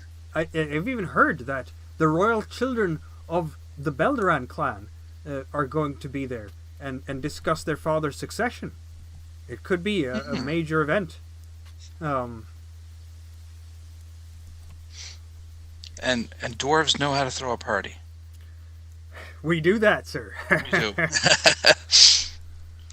Okay, well, I shan't be missing it this year, then. I'll go with you. Yeah. Assuming, non-dwarves are allowed. Well, to certain parts of the Stone Garden, yes, because there are so many diplomats coming and going, and people who want to court, the Canide clan, and so other kin definitely are welcome in some parts of Stone Garden, but not all of it, because some parts are off limits, and some parts are off limits. Yeah, if you take my meaning. I love a good party. Yep. I hope so. I hope that I'll see you there. Now we have the whole summer before us before that happens for sure. But I'm it's sure. a fall festival because Earth fall. Yes, I'll make sure that you'll find us. You can easily find us because, of course, we'll be traveling with the 8-foot wolf. So you'll see us there. I believe that.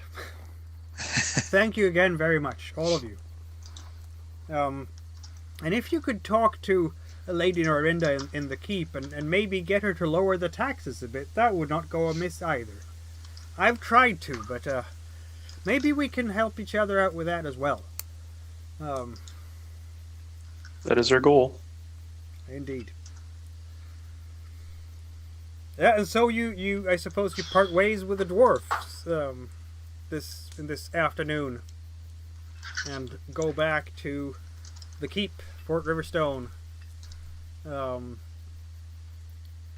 move the token back to the fort. So there you are now. Yeah, you're basically making your way. It's a what is it? A 10-minute walk from the camp at most. Yeah, that's not very long. No, you'll see out from this angle when you're coming back towards the fort. You'll see some of those hills just to the west of the fort that have very beautifully painted round doors and with brass handles that are set into those hillsides, and a couple of halflings that are standing in their gardens and paying a lot of attention to making every little strand of that bush be in just the right shape with their shears, working hard on perfection, if you will, moving that planter just so that the leaves will shine with that green luster and capture all the sun's rays properly. Well, a couple of halflings out tilling the fields together with a whole bunch of human farmers who are out there and doing their work, tending to cows and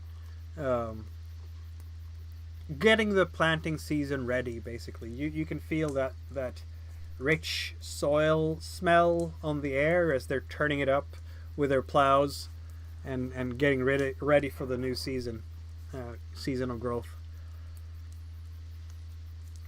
And there will be the guards standing by the doors, the gates through the palisade. They will recognize you by now and just give you a nod as you come in.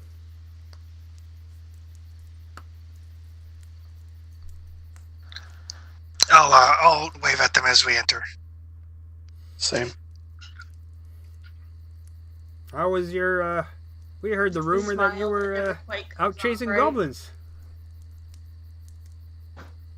Oh, Brainer actually wipes the rest of his blue paint off his forehead. Yeah, one of the little buggers got my head.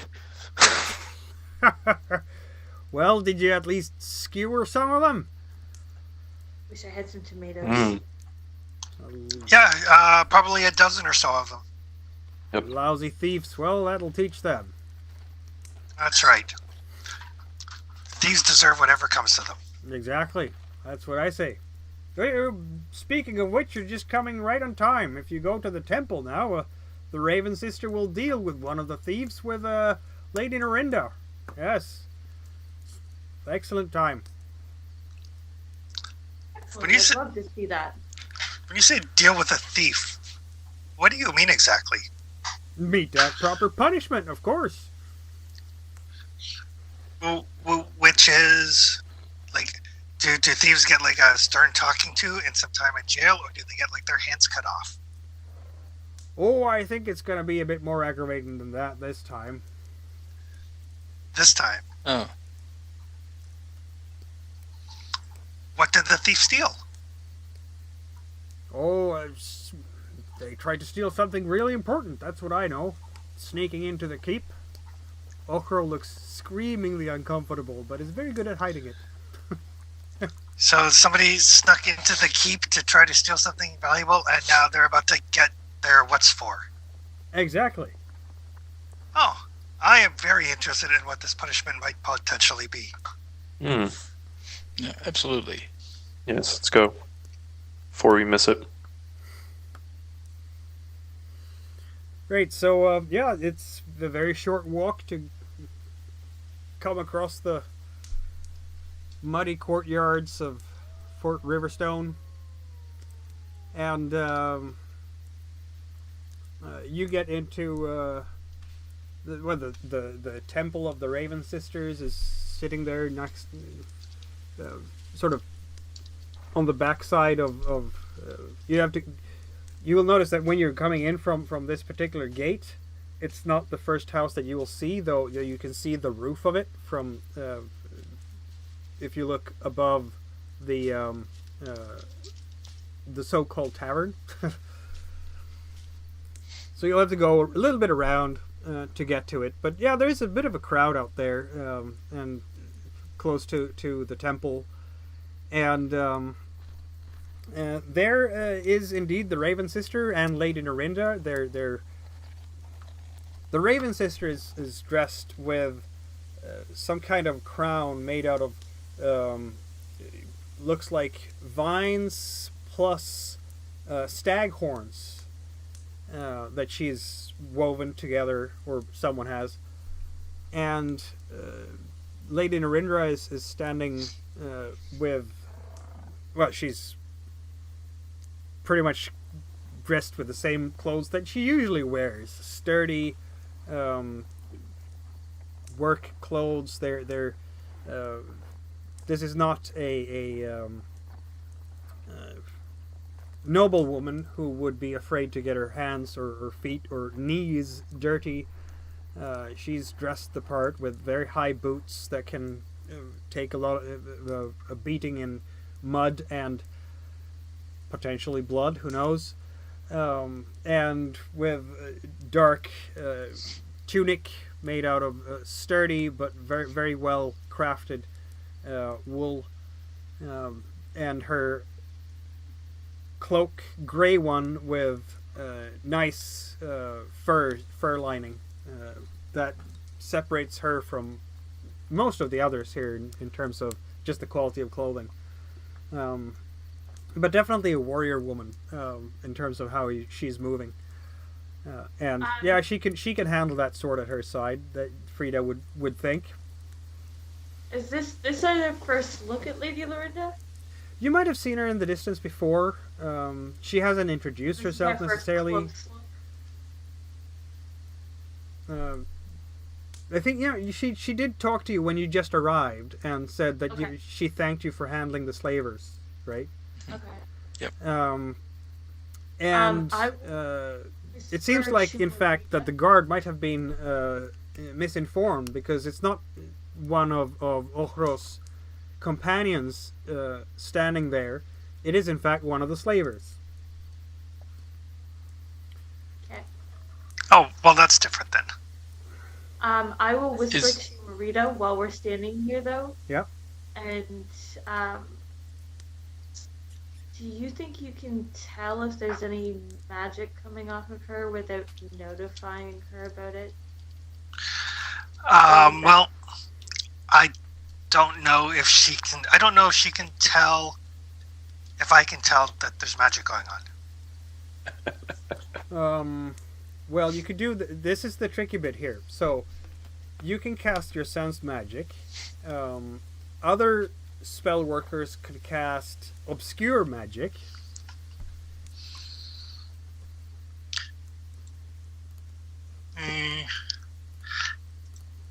Wait 1 sec. Be a pain in the ass. Frida does not. So, And how many guards are currently within view? Oh, and sorcerers and druids can automatically sense whenever someone uses magic within short range. yeah. Unless they are using obscure magic. Yep. So, I can't hide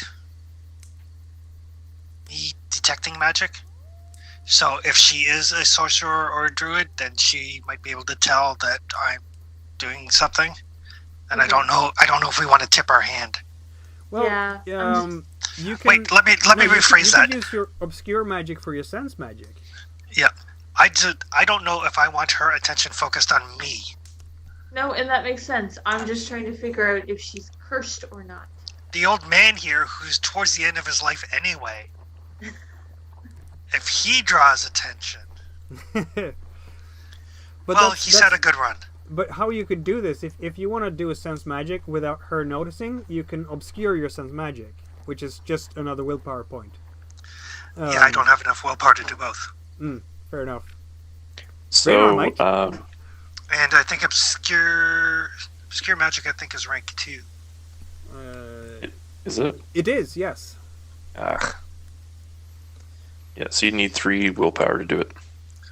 Yeah. Yeah, so But and you do and a have... chance of backlash. It's a powerful spell, but you could do it, clearly, so... Yeah, not today. Not today. But it's easier for Bernard to Like I do said, than it is for... I was just trying to find out if she's possibly cursed from this supposed evil tomb that she may or may not have. It's possible, or maybe she just likes, punishing wrongdoers. Well, the slaver is one thing. Is there many guards around? Yeah, there are some. And certainly around the slaver. How difficult is it to get to the front? Oh, that shouldn't be too hard. You can just use your elbows a bit and move yourself through the crowd of farmers and fishermen. So, Frida just wades through. I'm assuming they'll make it pass. Exactly. Yeah, no one is going to mess with Frida. That's that. So- I'm going to take Green Walker and move a little bit away from the party. Mhm. Far enough that's considered short distance. And then make my way to the front so me and Green Walker's both kind of watching this together. Yep. Shoot. And I'm not going to bother obscuring it. I'm going to detect Okay. from a distance, so then I don't have to use the 2 willpower, and I know Green Walker's a druid because it was mentioned earlier, so worst case scenario, sorry Green Walker. Right. So basically, Lady Norinda, you're all, in fact, they're trying to invite you to the temple as best as they can, but there's a bit too many people to fit into the temple, so they're having the gates to the temple wide open and doing this ritual just inside of the threshold of the temple, if you will. And the slaver is brought up there in chains, looking terrified, but also absolutely exhausted from maybe not having gotten enough food and drink over the last little while. It's been a few days, after all. And just brought down to his knees roughly by the guards. We shall not have Rust Brother filth in this area. They will not gain any of us to their nefarious deeds, says Lady Narendra. Let all who travel these lands, know what we do with slavers, she says. And then she pulls out her sword, and they just bend down the man. And meanwhile, you can see that behind stands the Raven Sister, and she's invoking the gods for their blessing over this deed. And Lady Narendra continues and speaks of justice and how it needs to be meted out. And being a woman who is ready to do the deed herself, she swings the sword and lets it come down in one fell strike. And his head comes off.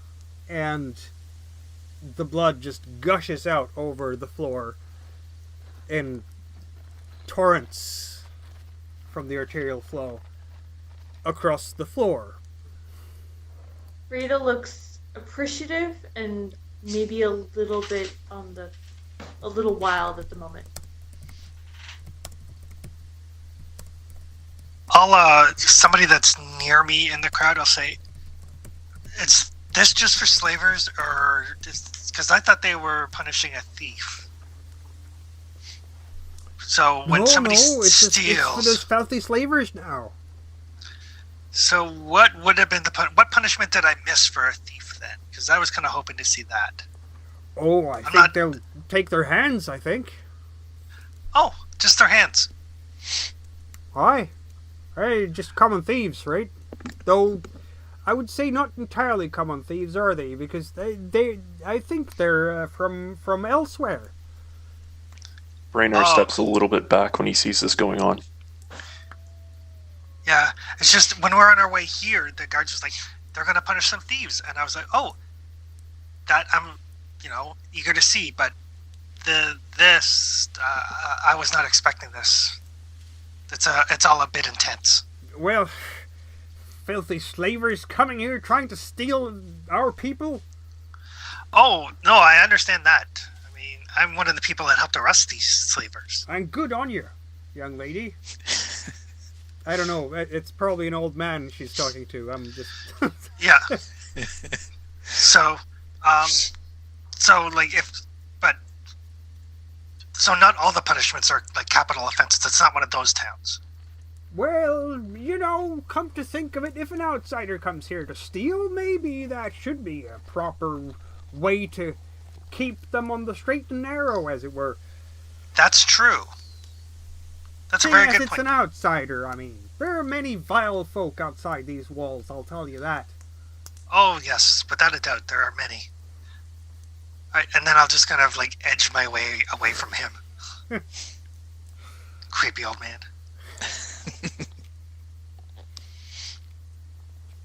Yeah, Raynar basically grabs Greenwalker and starts bringing him to the back of the group that's watching all this. Yeah, Greenwalker might have done the same thing. And looks absolutely pale as he's walked. Did you feel it? Yeah. Huh. We might want to talk about that. Somewhere else. Mm-hmm. Uh-huh. And he continues to go through the crowd towards the back of it, waiting for the rest of his companions. Yep. Yep, Green Walker agrees completely. Frida is just, she looks completely dazed, like lost in her own mind. You're like, she's right at the front and just still kind of staring at the bloody body. So I come alongside Frida and just kind of like, gently kind of do the whole nudge thing. It's like, hey, you okay there? Like upset. That was definitely not a thief.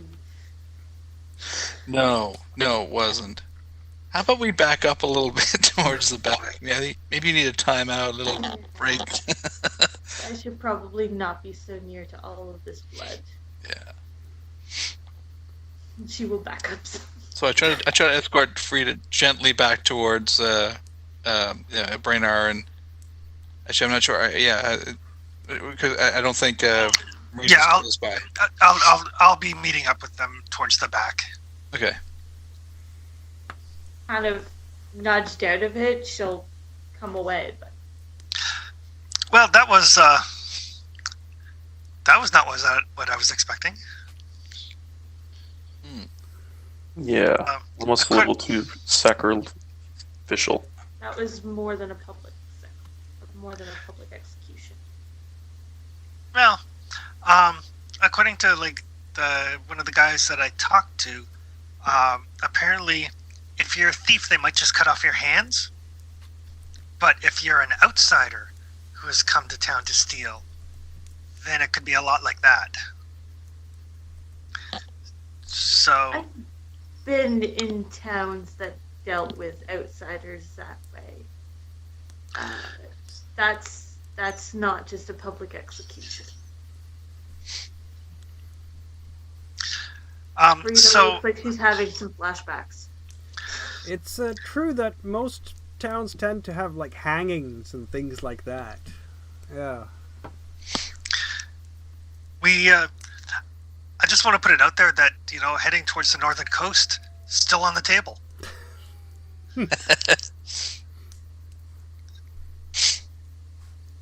I mean, you guys know that you're not actually compelled to do anything, right? Green Walkers honor bound by little blue goblins.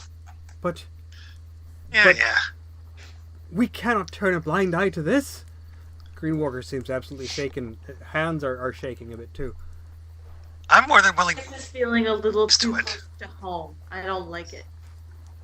Green Walker, I don't think this is the best spot to talk about what we just seen. Of course. Sorry. Looks around himself.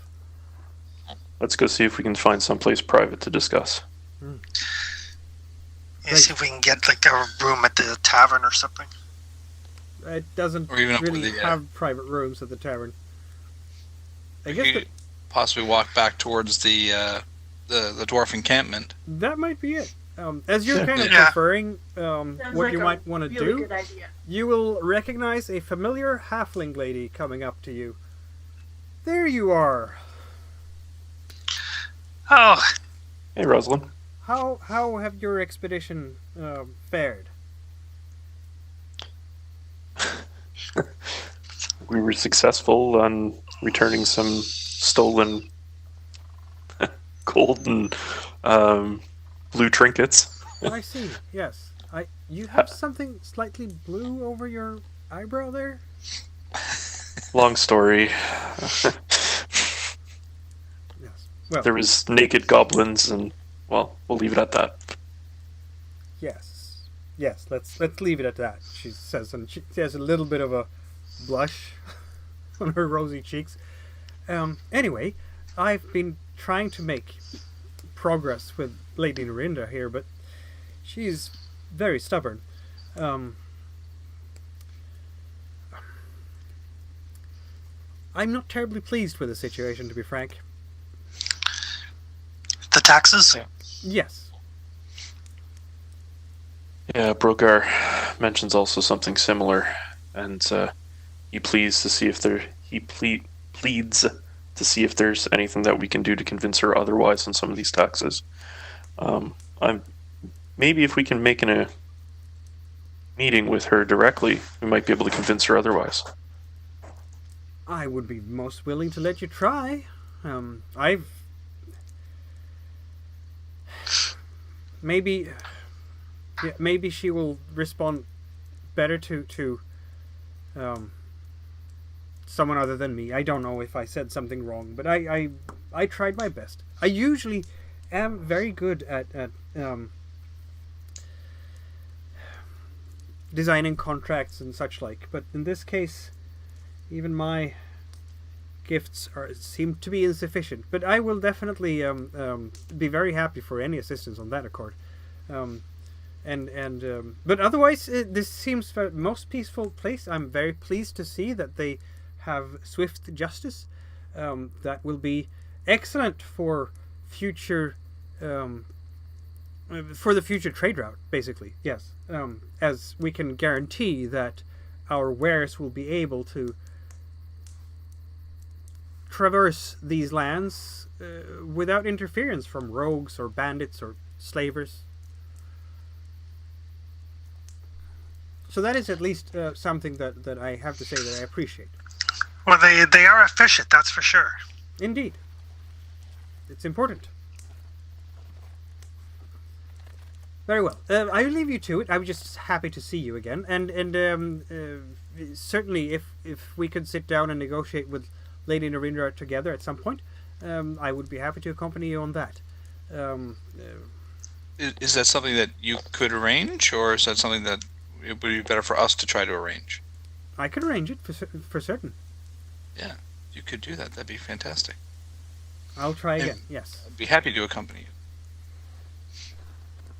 Very good. It'll settle then. I'm not sure that I'll be able to grab her tonight, though. But we'll see.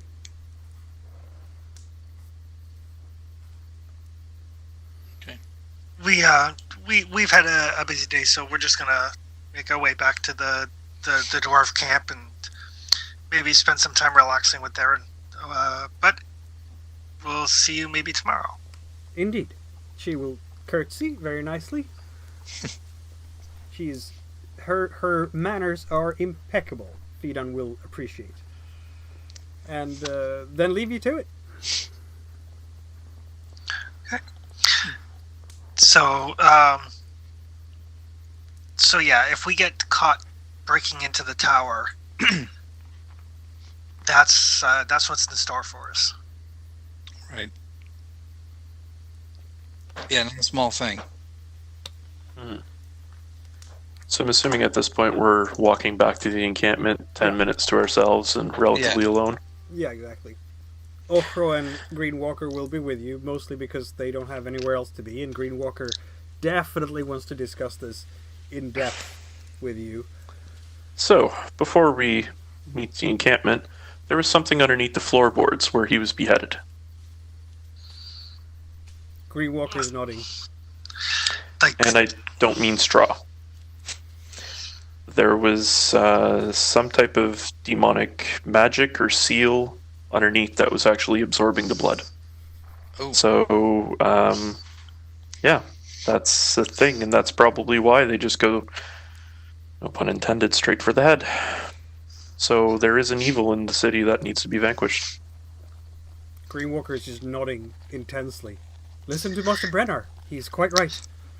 You guys use the word need a lot. Should? How about could? Could is good.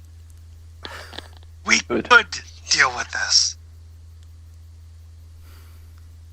I mean, bear in mind, I don't want to go wandering in the woods by myself. So, have to, says Greenwalker. Have to. I think we need to figure this one out. There's obviously something going on here, and something that like this that could then pollute the land further around it if it's not stopped. True. Maybe. I'm assuming it's probably linked to this tomb. Given Frida's background with sacrifice, would she have noticed anything? Obviously not the magical seal, but in the bearing and weapon that was used and the way like Lady Lorinda moved. Oh, was that a question to me?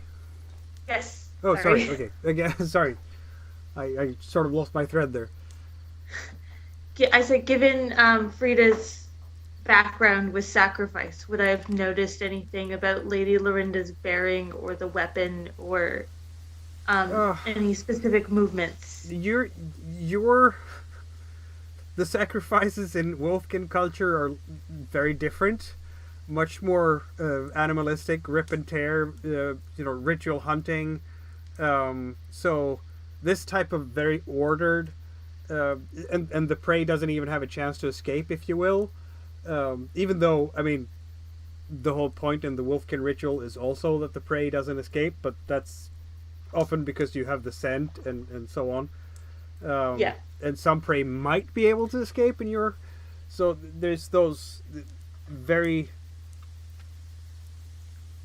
So this is just much more neater than what Frida's used to. Yeah. And certainly not the way to honor Heem or Rust the way that your people would. That you would call them differently. Those are the gods that the Wolfkin worship. Okay. So blood sacrifice, yes, you use them, but you would do it in a different fashion. Okay. It's possible if we can get back here at night, we might be able to get a better look at that sigil, and maybe we might be able to identify what sort of demonic thing it is. So this is a sigil, and not like an entity, not something that's alive, like a creature or something, right? Or Correct, based off what I can tell. And Greenwalker, you can speak up otherwise. I'm not sure what reading I had. There was definitely a demonic or such like presence, and I'm not sure if it was the sigil or if it was even an entity. I couldn't place that.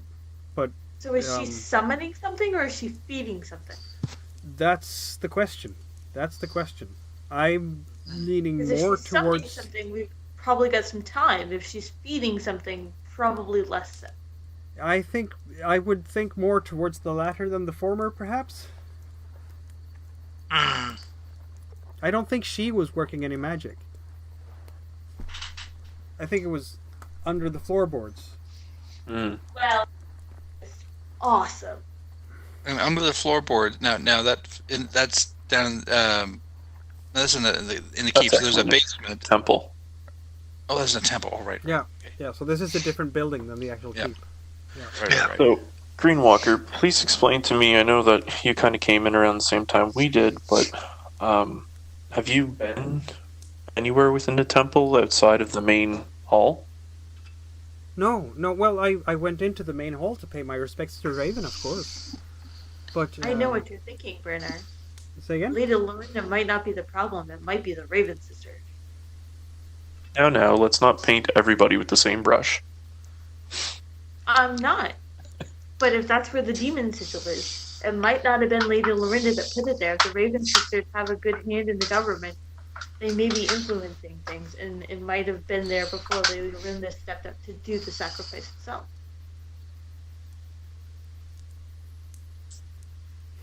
We should find out if all I of the cannot public believe executions this. happen at the temple. Says Greenwalker, that a Raven sister would be worshipping demons? That is sacrilege of the highest order. It has to be Lady Nirinda, certainly, because Raven sisters, they're sworn to Raven. Okay, so if we go into the temple, sneak into the temple to take a look around, if they're not up to anything, they shouldn't punish us severely. They shouldn't have anything to hide. And technically, Greenwalker, you're part of the Raven Sisters, so you just can be doing an after-hours tour for us, correct? I'm not part of the Raven sisters as such. We share, we're I consider them allies, if you will. I haven't heard of Raven sisters accepting men into their order, and they tend to be humans, not Hey, Marita, weren't the Raven Sisters trying to recruit you? Yes, but unlike these two, I'm not joining a cult. I'm not saying to join a cult. I'm saying get a tour. Well, yeah. Regardless, I'm sure there's not many guards that's monitoring a temple at night in comparison to a tower where they keep people and, If they've got a big bad demon book, there might be. I can deal with demons. If we Can? Yeah, exactly. You can? Green Walker is on the wall. You can? Yeah, we never got to that part. Yeah, we're okay. Like I said, just I'd rather The gods I'd rather have put figure you out here if for a reason then, clearly. clearly. I'm old and alive for a reason. Do demons bleed? Like, can I eat them? Depends I wouldn't recommend on it. They the taste worse than demon. goblin. So, Some extra tomatoes then. so we're gonna try and sneak into the temple. We're gonna do that tonight. Sooner is probably better than later. Yeah. Are we back at the dwarf encampment yet? Yeah, you would be. Okay. Yeah. Because one of the things that I want to do is I want to grab a tankard of ale to bring with me. 'Cause if we do get caught, I'm gonna go for the hey. I'm just trying to find somewhere to have a beer performance, just in case. It may work, it may not, but I'm thinking ahead. Great planning. Yep. Yeah. Yeah, I mean, it's worth a shot, right? Yep. I'm sorry. I'm just staggering around, pretending to be drunk. So I am gonna do that. I'm gonna grab a tankard full of ale. Take it with me. Of course, Bodgar will receive you happily as you're coming back. And, welcome back. Of course, our camp is your camp. By now, the Dwarven guards are getting used to these strangers coming and going. Actually, do we have? Did you guys stay with them the night before, or did you stay? You did. So we do. Have Yeah, a we place did. to stay. Okay, so we could stay with them again too. You can. Excellent. Okay. So do we want to go to the place with the thing this evening? Yeah, I think so. I think we need to start moving on this sooner rather than later. Marita Well- sounds so convinced. Well, the sooner the bad thing is either dealt with or kills you all, the sooner I can move on. So, I mean, enough. just so everybody's aware, if all of you die, I am leaving. I'll be dead. It's okay.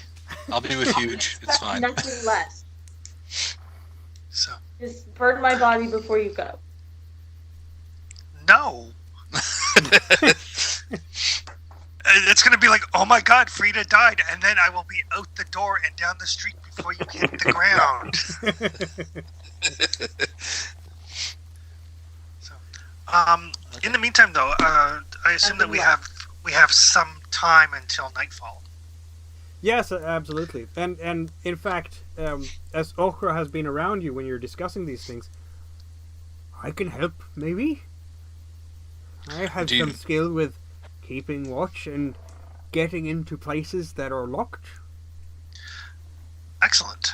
I'm good with that. Also staying hidden. And do we know much about the temple? Like, do we need to go do a little reconnaissance to find out if there's a way in that doesn't involve just like walking in the front door? Or is it open 24 hours? Is it like that? I'm not sure. You wouldn't know because you haven't checked it at night so far. Worst case, we'll improvise. In the meantime, I'm going to take some of the herbs that I purchased, Yeah. oddly enough, from the temple.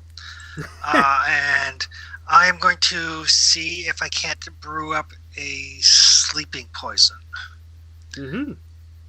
For sure. Preferably, if I can, something that I can kind of cook down into, like, maybe like a powder that I could like blow in somebody's face for them to inhale or something, if that's possible. I don't know how exactly poisons are applied. I'm not sure that it says that clearly. Concoct poisons increased by 1 for every 6 you roll after the first.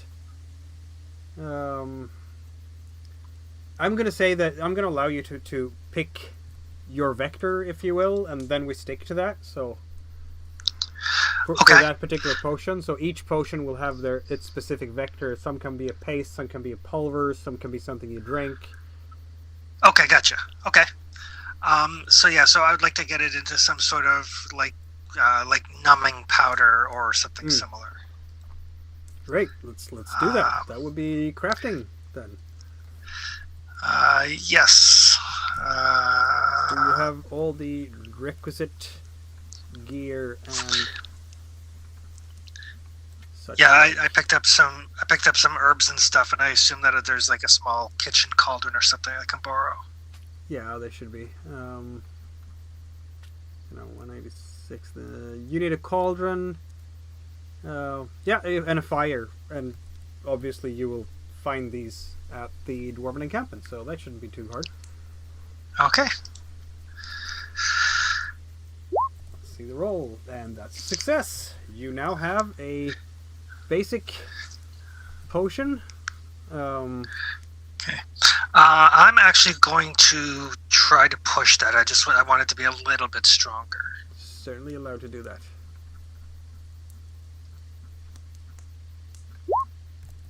Ooh.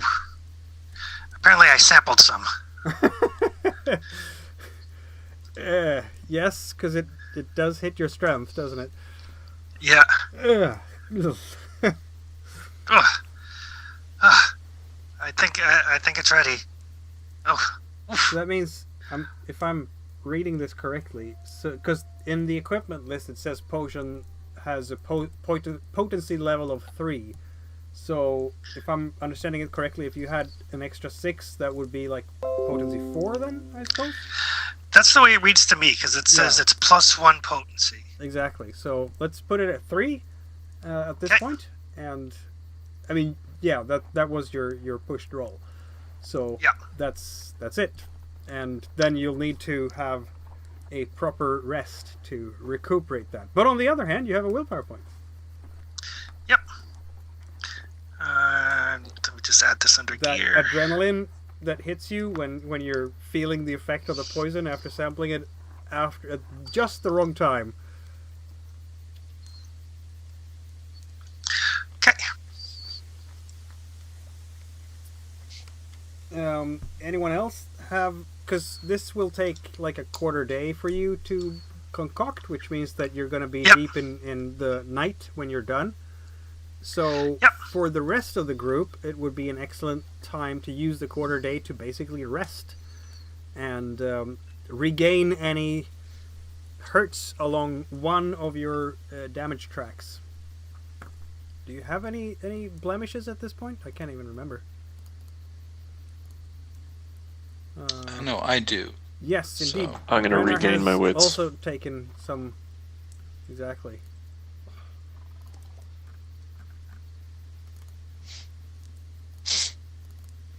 So, there we go. Yeah. Fidan, you did take some damage somewhere. Yep, I did. I had taken it to empathy earlier. Okay, so you can take that away then. Yep. You didn't take any damage in wits or whatever, no? Nope. Okay. And I damaged my Frida empathy I when I was think, dealing fully with healed, the. so- Okay. Great. So you're using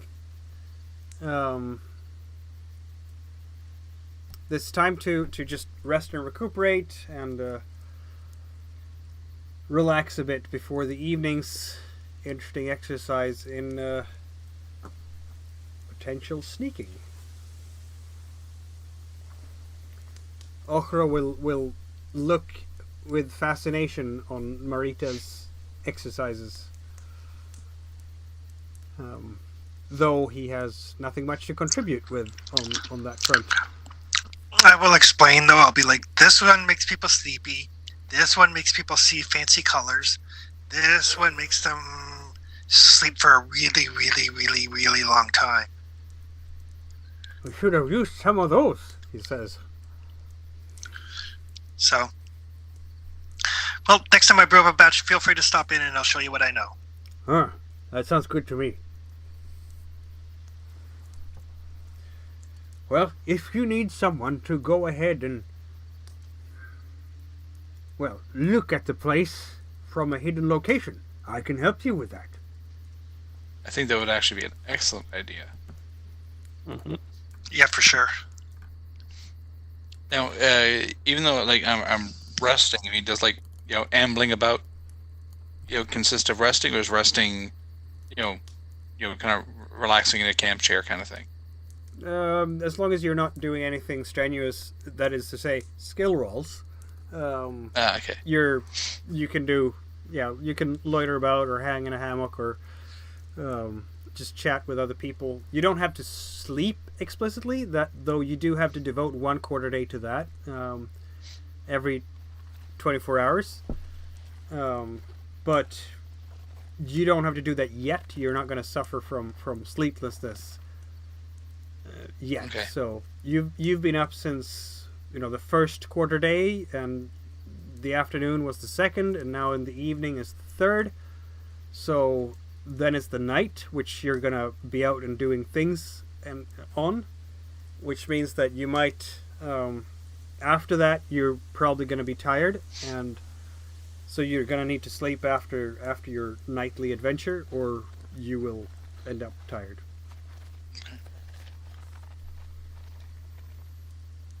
But yes, Ochra will thus sneak for you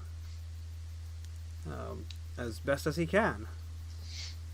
Perfect. Get the lay of the land. Find out what we need to know. Exactly. Hidden doors, or or unguarded back doors, and that kind of thing. There we go. That's his sneak roll. Oh wow. Yep. Nice. That worked out well. When He's so much wants to be sneakier than quiet, us. He is quiet.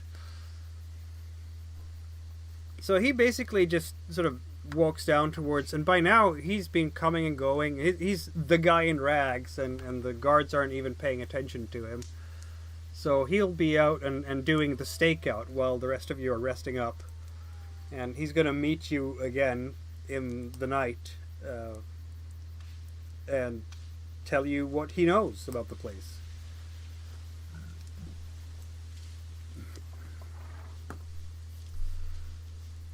Right, so did we want to do that scene as well? We have another 20 minutes or so we might be able to do a little bit at least in the night here.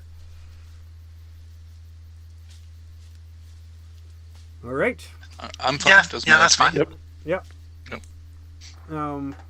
Now they typically do tend to close the gates, but who knows if Ochro might be able to get you inside, because it's nighttime. So, and they talk a lot about both goblins and saurians, so they do close the gates at night, and you can see them when you're resting in the dwarven camp. You can see how all those farmers are herding their cows and sheep. And they are making all the sounds of cows and sheep that are being herded through a narrow gate to get them in to be safe from potentially marauding goblins or saurians. That makes a lot of noise in the evening. It did make a lot of noise in the morning too when you heard them bring their cattle out. But they clearly prefer to keep those cattle indoors at night and inside the palisades. So they will be closed, but Ochra might be able to, with that stealth roll, I'll even allow you to have like a rope that you could climb up across the palisade to get inside. Perfect. I like that. Yep, that works. And this is all four of you, I take it, Frida included. Yeah, she'll be back in like a few moments here. Thanks to his excellent stealth roll, I'm going to say that he'll be able to pick the right spot along the palisade at the right moment and just, get that rope across when the patrols are somewhere else. And he's sending you the signal that this is the place where you can see the rope just coming down there as you're waiting for the signal, which that's the signal, clearly. So I'm going to need a move roll for you to get across. But since you do have that rope there, you get a bonus on that. So a rope typically does give you, it's a grappling hook and a rope that gives you +2 altogether in gear bonus.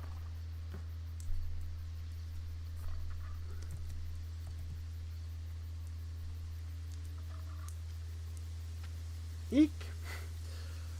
Fidon gets across easily enough. Oddly enough. I'll push.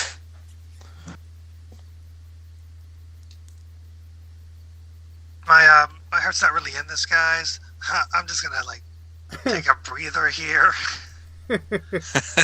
Oh wow. Yeah, that didn't work out at all. If I push this roll, I'm going to break something. Yep. That's not a good idea. Don't break something is a good piece of advice very often. Yep. Particularly now, perhaps. Should I roll for Frida? I think Jess is busy with something for the moment. Yeah. I'm not sure if Joshua's going to go around and do it for Oh, her, he's but- doing it. There we go. Yep. There we go. Yeah, she gets across without problem. And since I failed mine, I'm going to push mine. Just 1 sec. Yep. Since I didn't technically break the gear. So,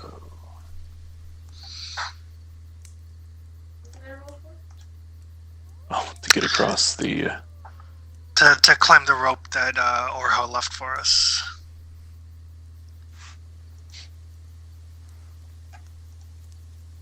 Yeah, we're making our move into the temple. Yeah. You succeeded. Okay, cool. Sorry, tiny humans. Yes. Nope, understood. Nope. That's too bad, Brennar. You hurt yourself as you're trying to climb across. I'm going to say that you slip down again and you sprain your ankle as you come down. Can I take a might check to grab him You can do that. as he's falling?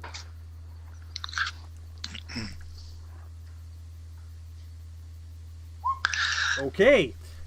She grabs you by the cuff and just drags you up across. And you get Instead over of there. spraining his ankle, he might have some claw marks on his arms. Exactly. Maybe that's actually the hurt, that there's some claw marks on his neck that draws a little bit of blood. Stings like... Ochra is kind of looking at you, and now you can tell that he's pulled down that cloth over his mouth. He's taken a little mud to cover his face, and you can see the big fangs now. He's looking at you a bit alarmed over the potential noise Brennar made as he crashed, almost slipped down and crashed and then back up again. But since... No accounting for the old man. I'm going to see if I can find another way. Yeah, that kind of alarm there, that was a bit too much noise, so you should probably just roll up the rope and get out of there before the guards come. But once you're inside of the palisade, you've been in this town before, so they have no real reason to suspect you of foul play just because you're walking between the houses, right? So it's all... The only thing is that particular palisade. I'm gonna make my way to the gate and see if I can't talk my way in. You probably can.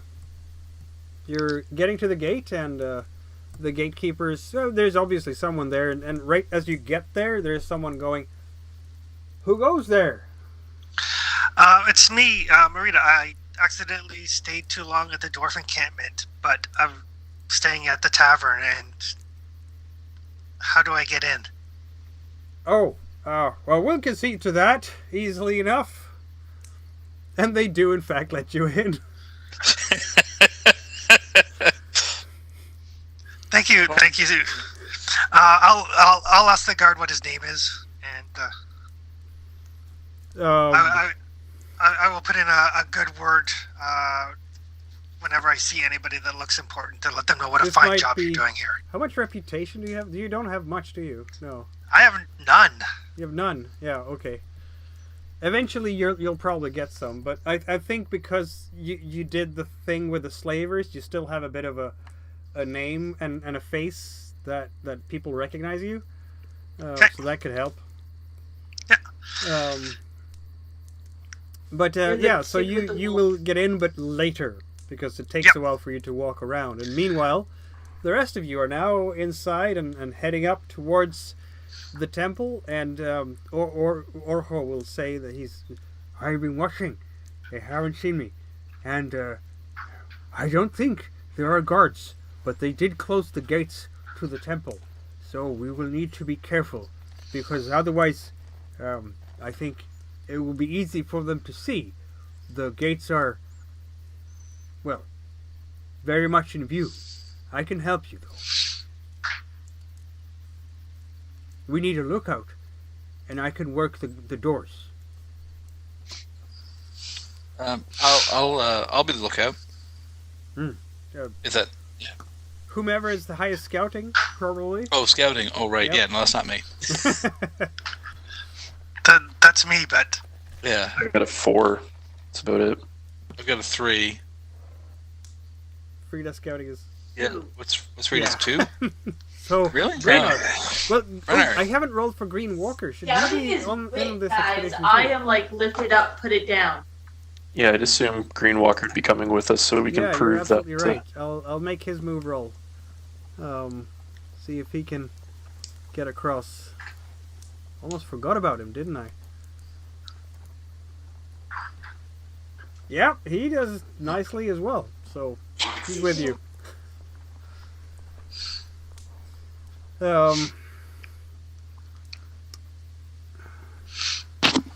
I think he's gonna.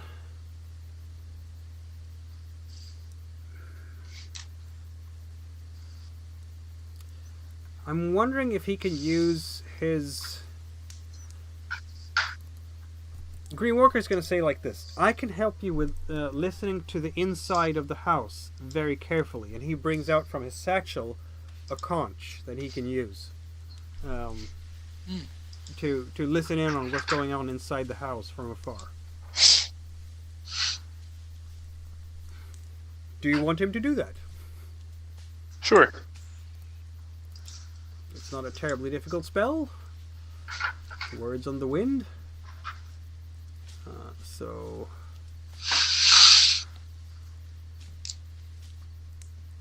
yeah.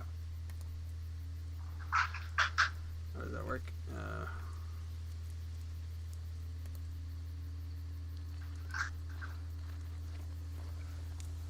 There we go.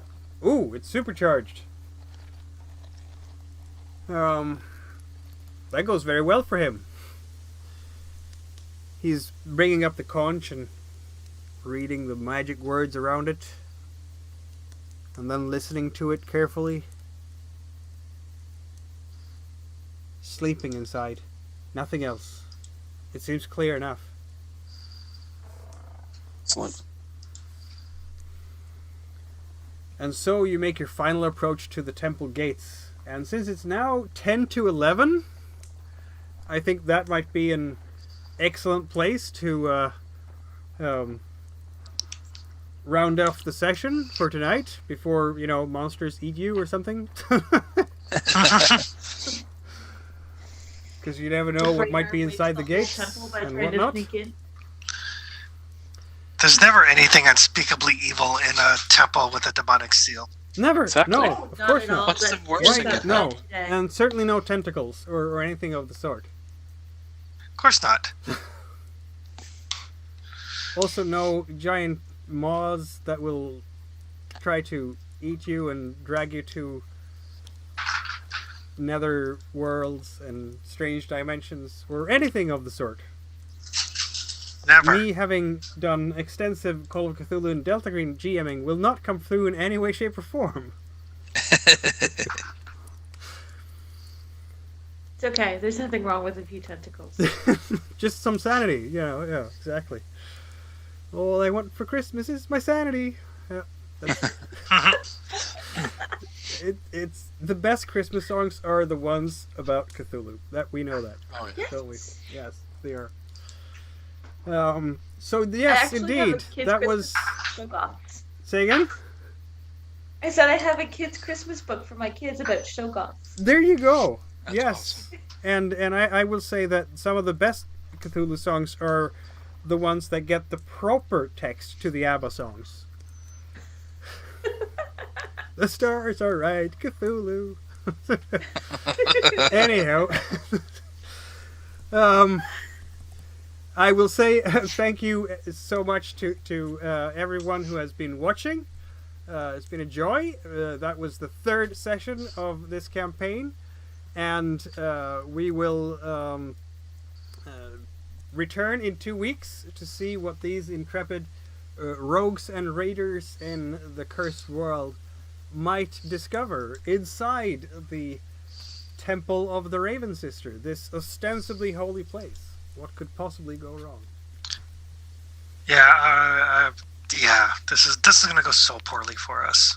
Hey, I got willpower. Oh wait, for you guys that are at the temple, Yeah, you're not even anywhere near us. that's You right. just completely pretend you had nothing to do with this.